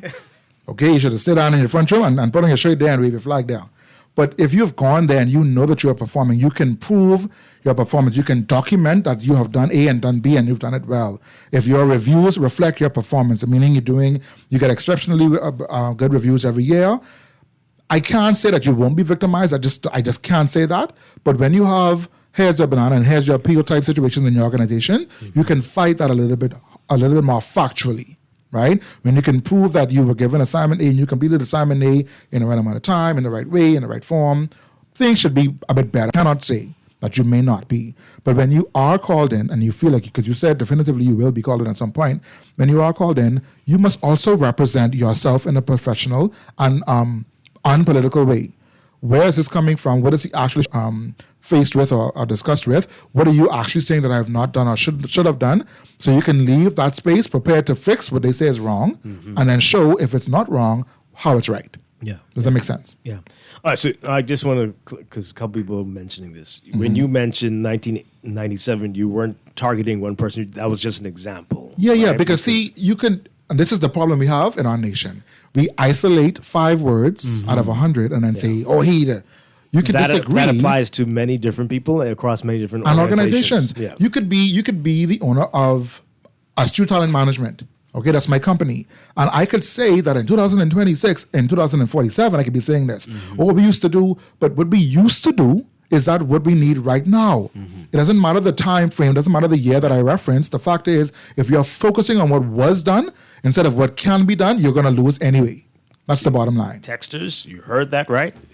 That was just an example, and that applies to both of the major parties. Right, and the only reason I make the example is because that party brought up a past leader. The PLP did not.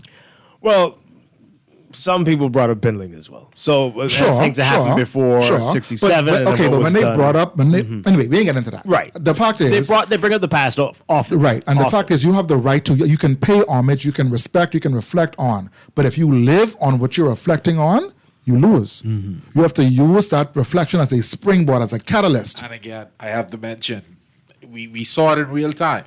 Because the night right after the former prime minister spoke at the F&M rally, what did the PLP come out and say? They immediately jumped on the opportunity to say, hey, see, they're making this about what the former prime minister had to say. They made his speech, see, you running the papa again. That's what happened. So absolutely right. Yeah. One final call on this, as we're running out of time already. Caller, good morning. You're on the air. Good morning, Dwight. I know you're out of time, and I saw it. I'm Spock here. Dwight, the last election before this one, I was loved by the PLP because I ragged Mr. Minnis. I was loved by the PLP. I was loved by Mario Boleg in Garden Hills. I mean, I helped rush him right in there without losing one polling division. I saw him no more. This time, Miss Claire from the COI, she came, sat on my porch, sat in my seat of power. I was ragged because of that. Mr. Rick Fox came around here and tried to stay, spend time with the kids, sat in my seat of power. I was ragged from that.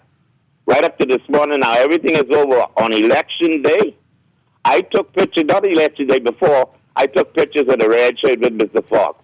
I took pictures in the blue shirt with Mr. Mario Boleg. I took pictures of the black shirt with Miss Claire. And now everything is over. On election day, I went in all white on a Bahamian coat of arms shirt, no colors. Right up to this morning now, I am being ridiculed because I took a picture with Rick Fox. It's already starting. The victimization is starting. I am the biggest F&M in the world, but I was the biggest PLP the last election, and now I'm a turncoat. And nobody know how I voted, but they saw me taking pictures. That's how Bahamians go. Now, from the next 5 years, I am a turncoat PLP, And I've been voting PLP from I was 21, and I've been voting PLP before most of these people voted. I believe I haven't voted before Philip Edward Brave Davis became a PLP. I was voting. Okay. He's 1 month younger than I am.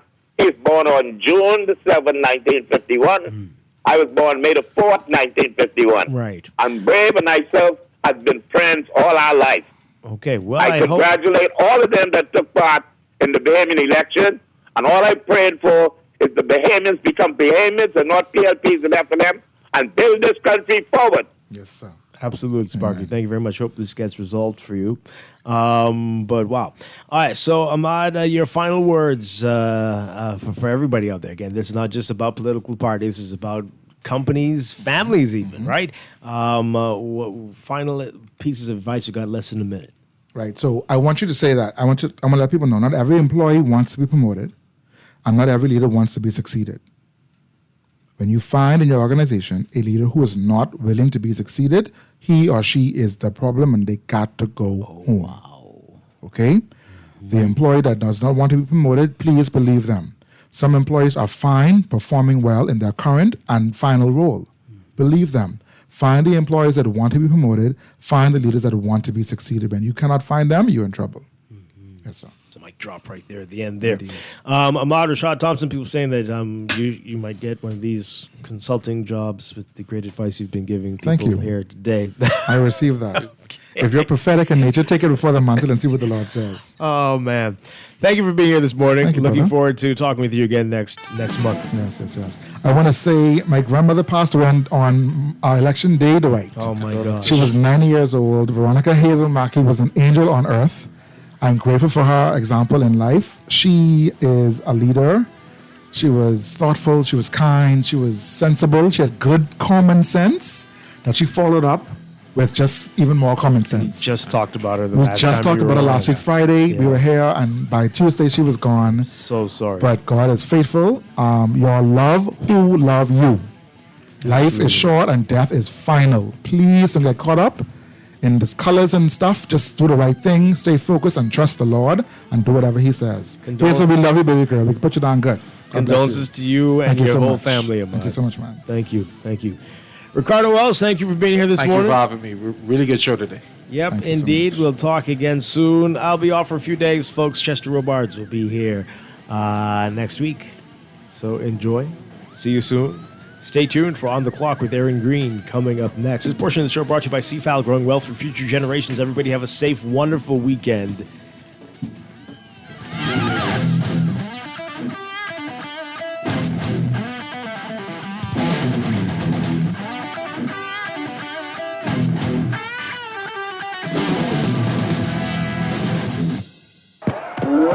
On Angie, how does it feel to have broken the bull riding world record?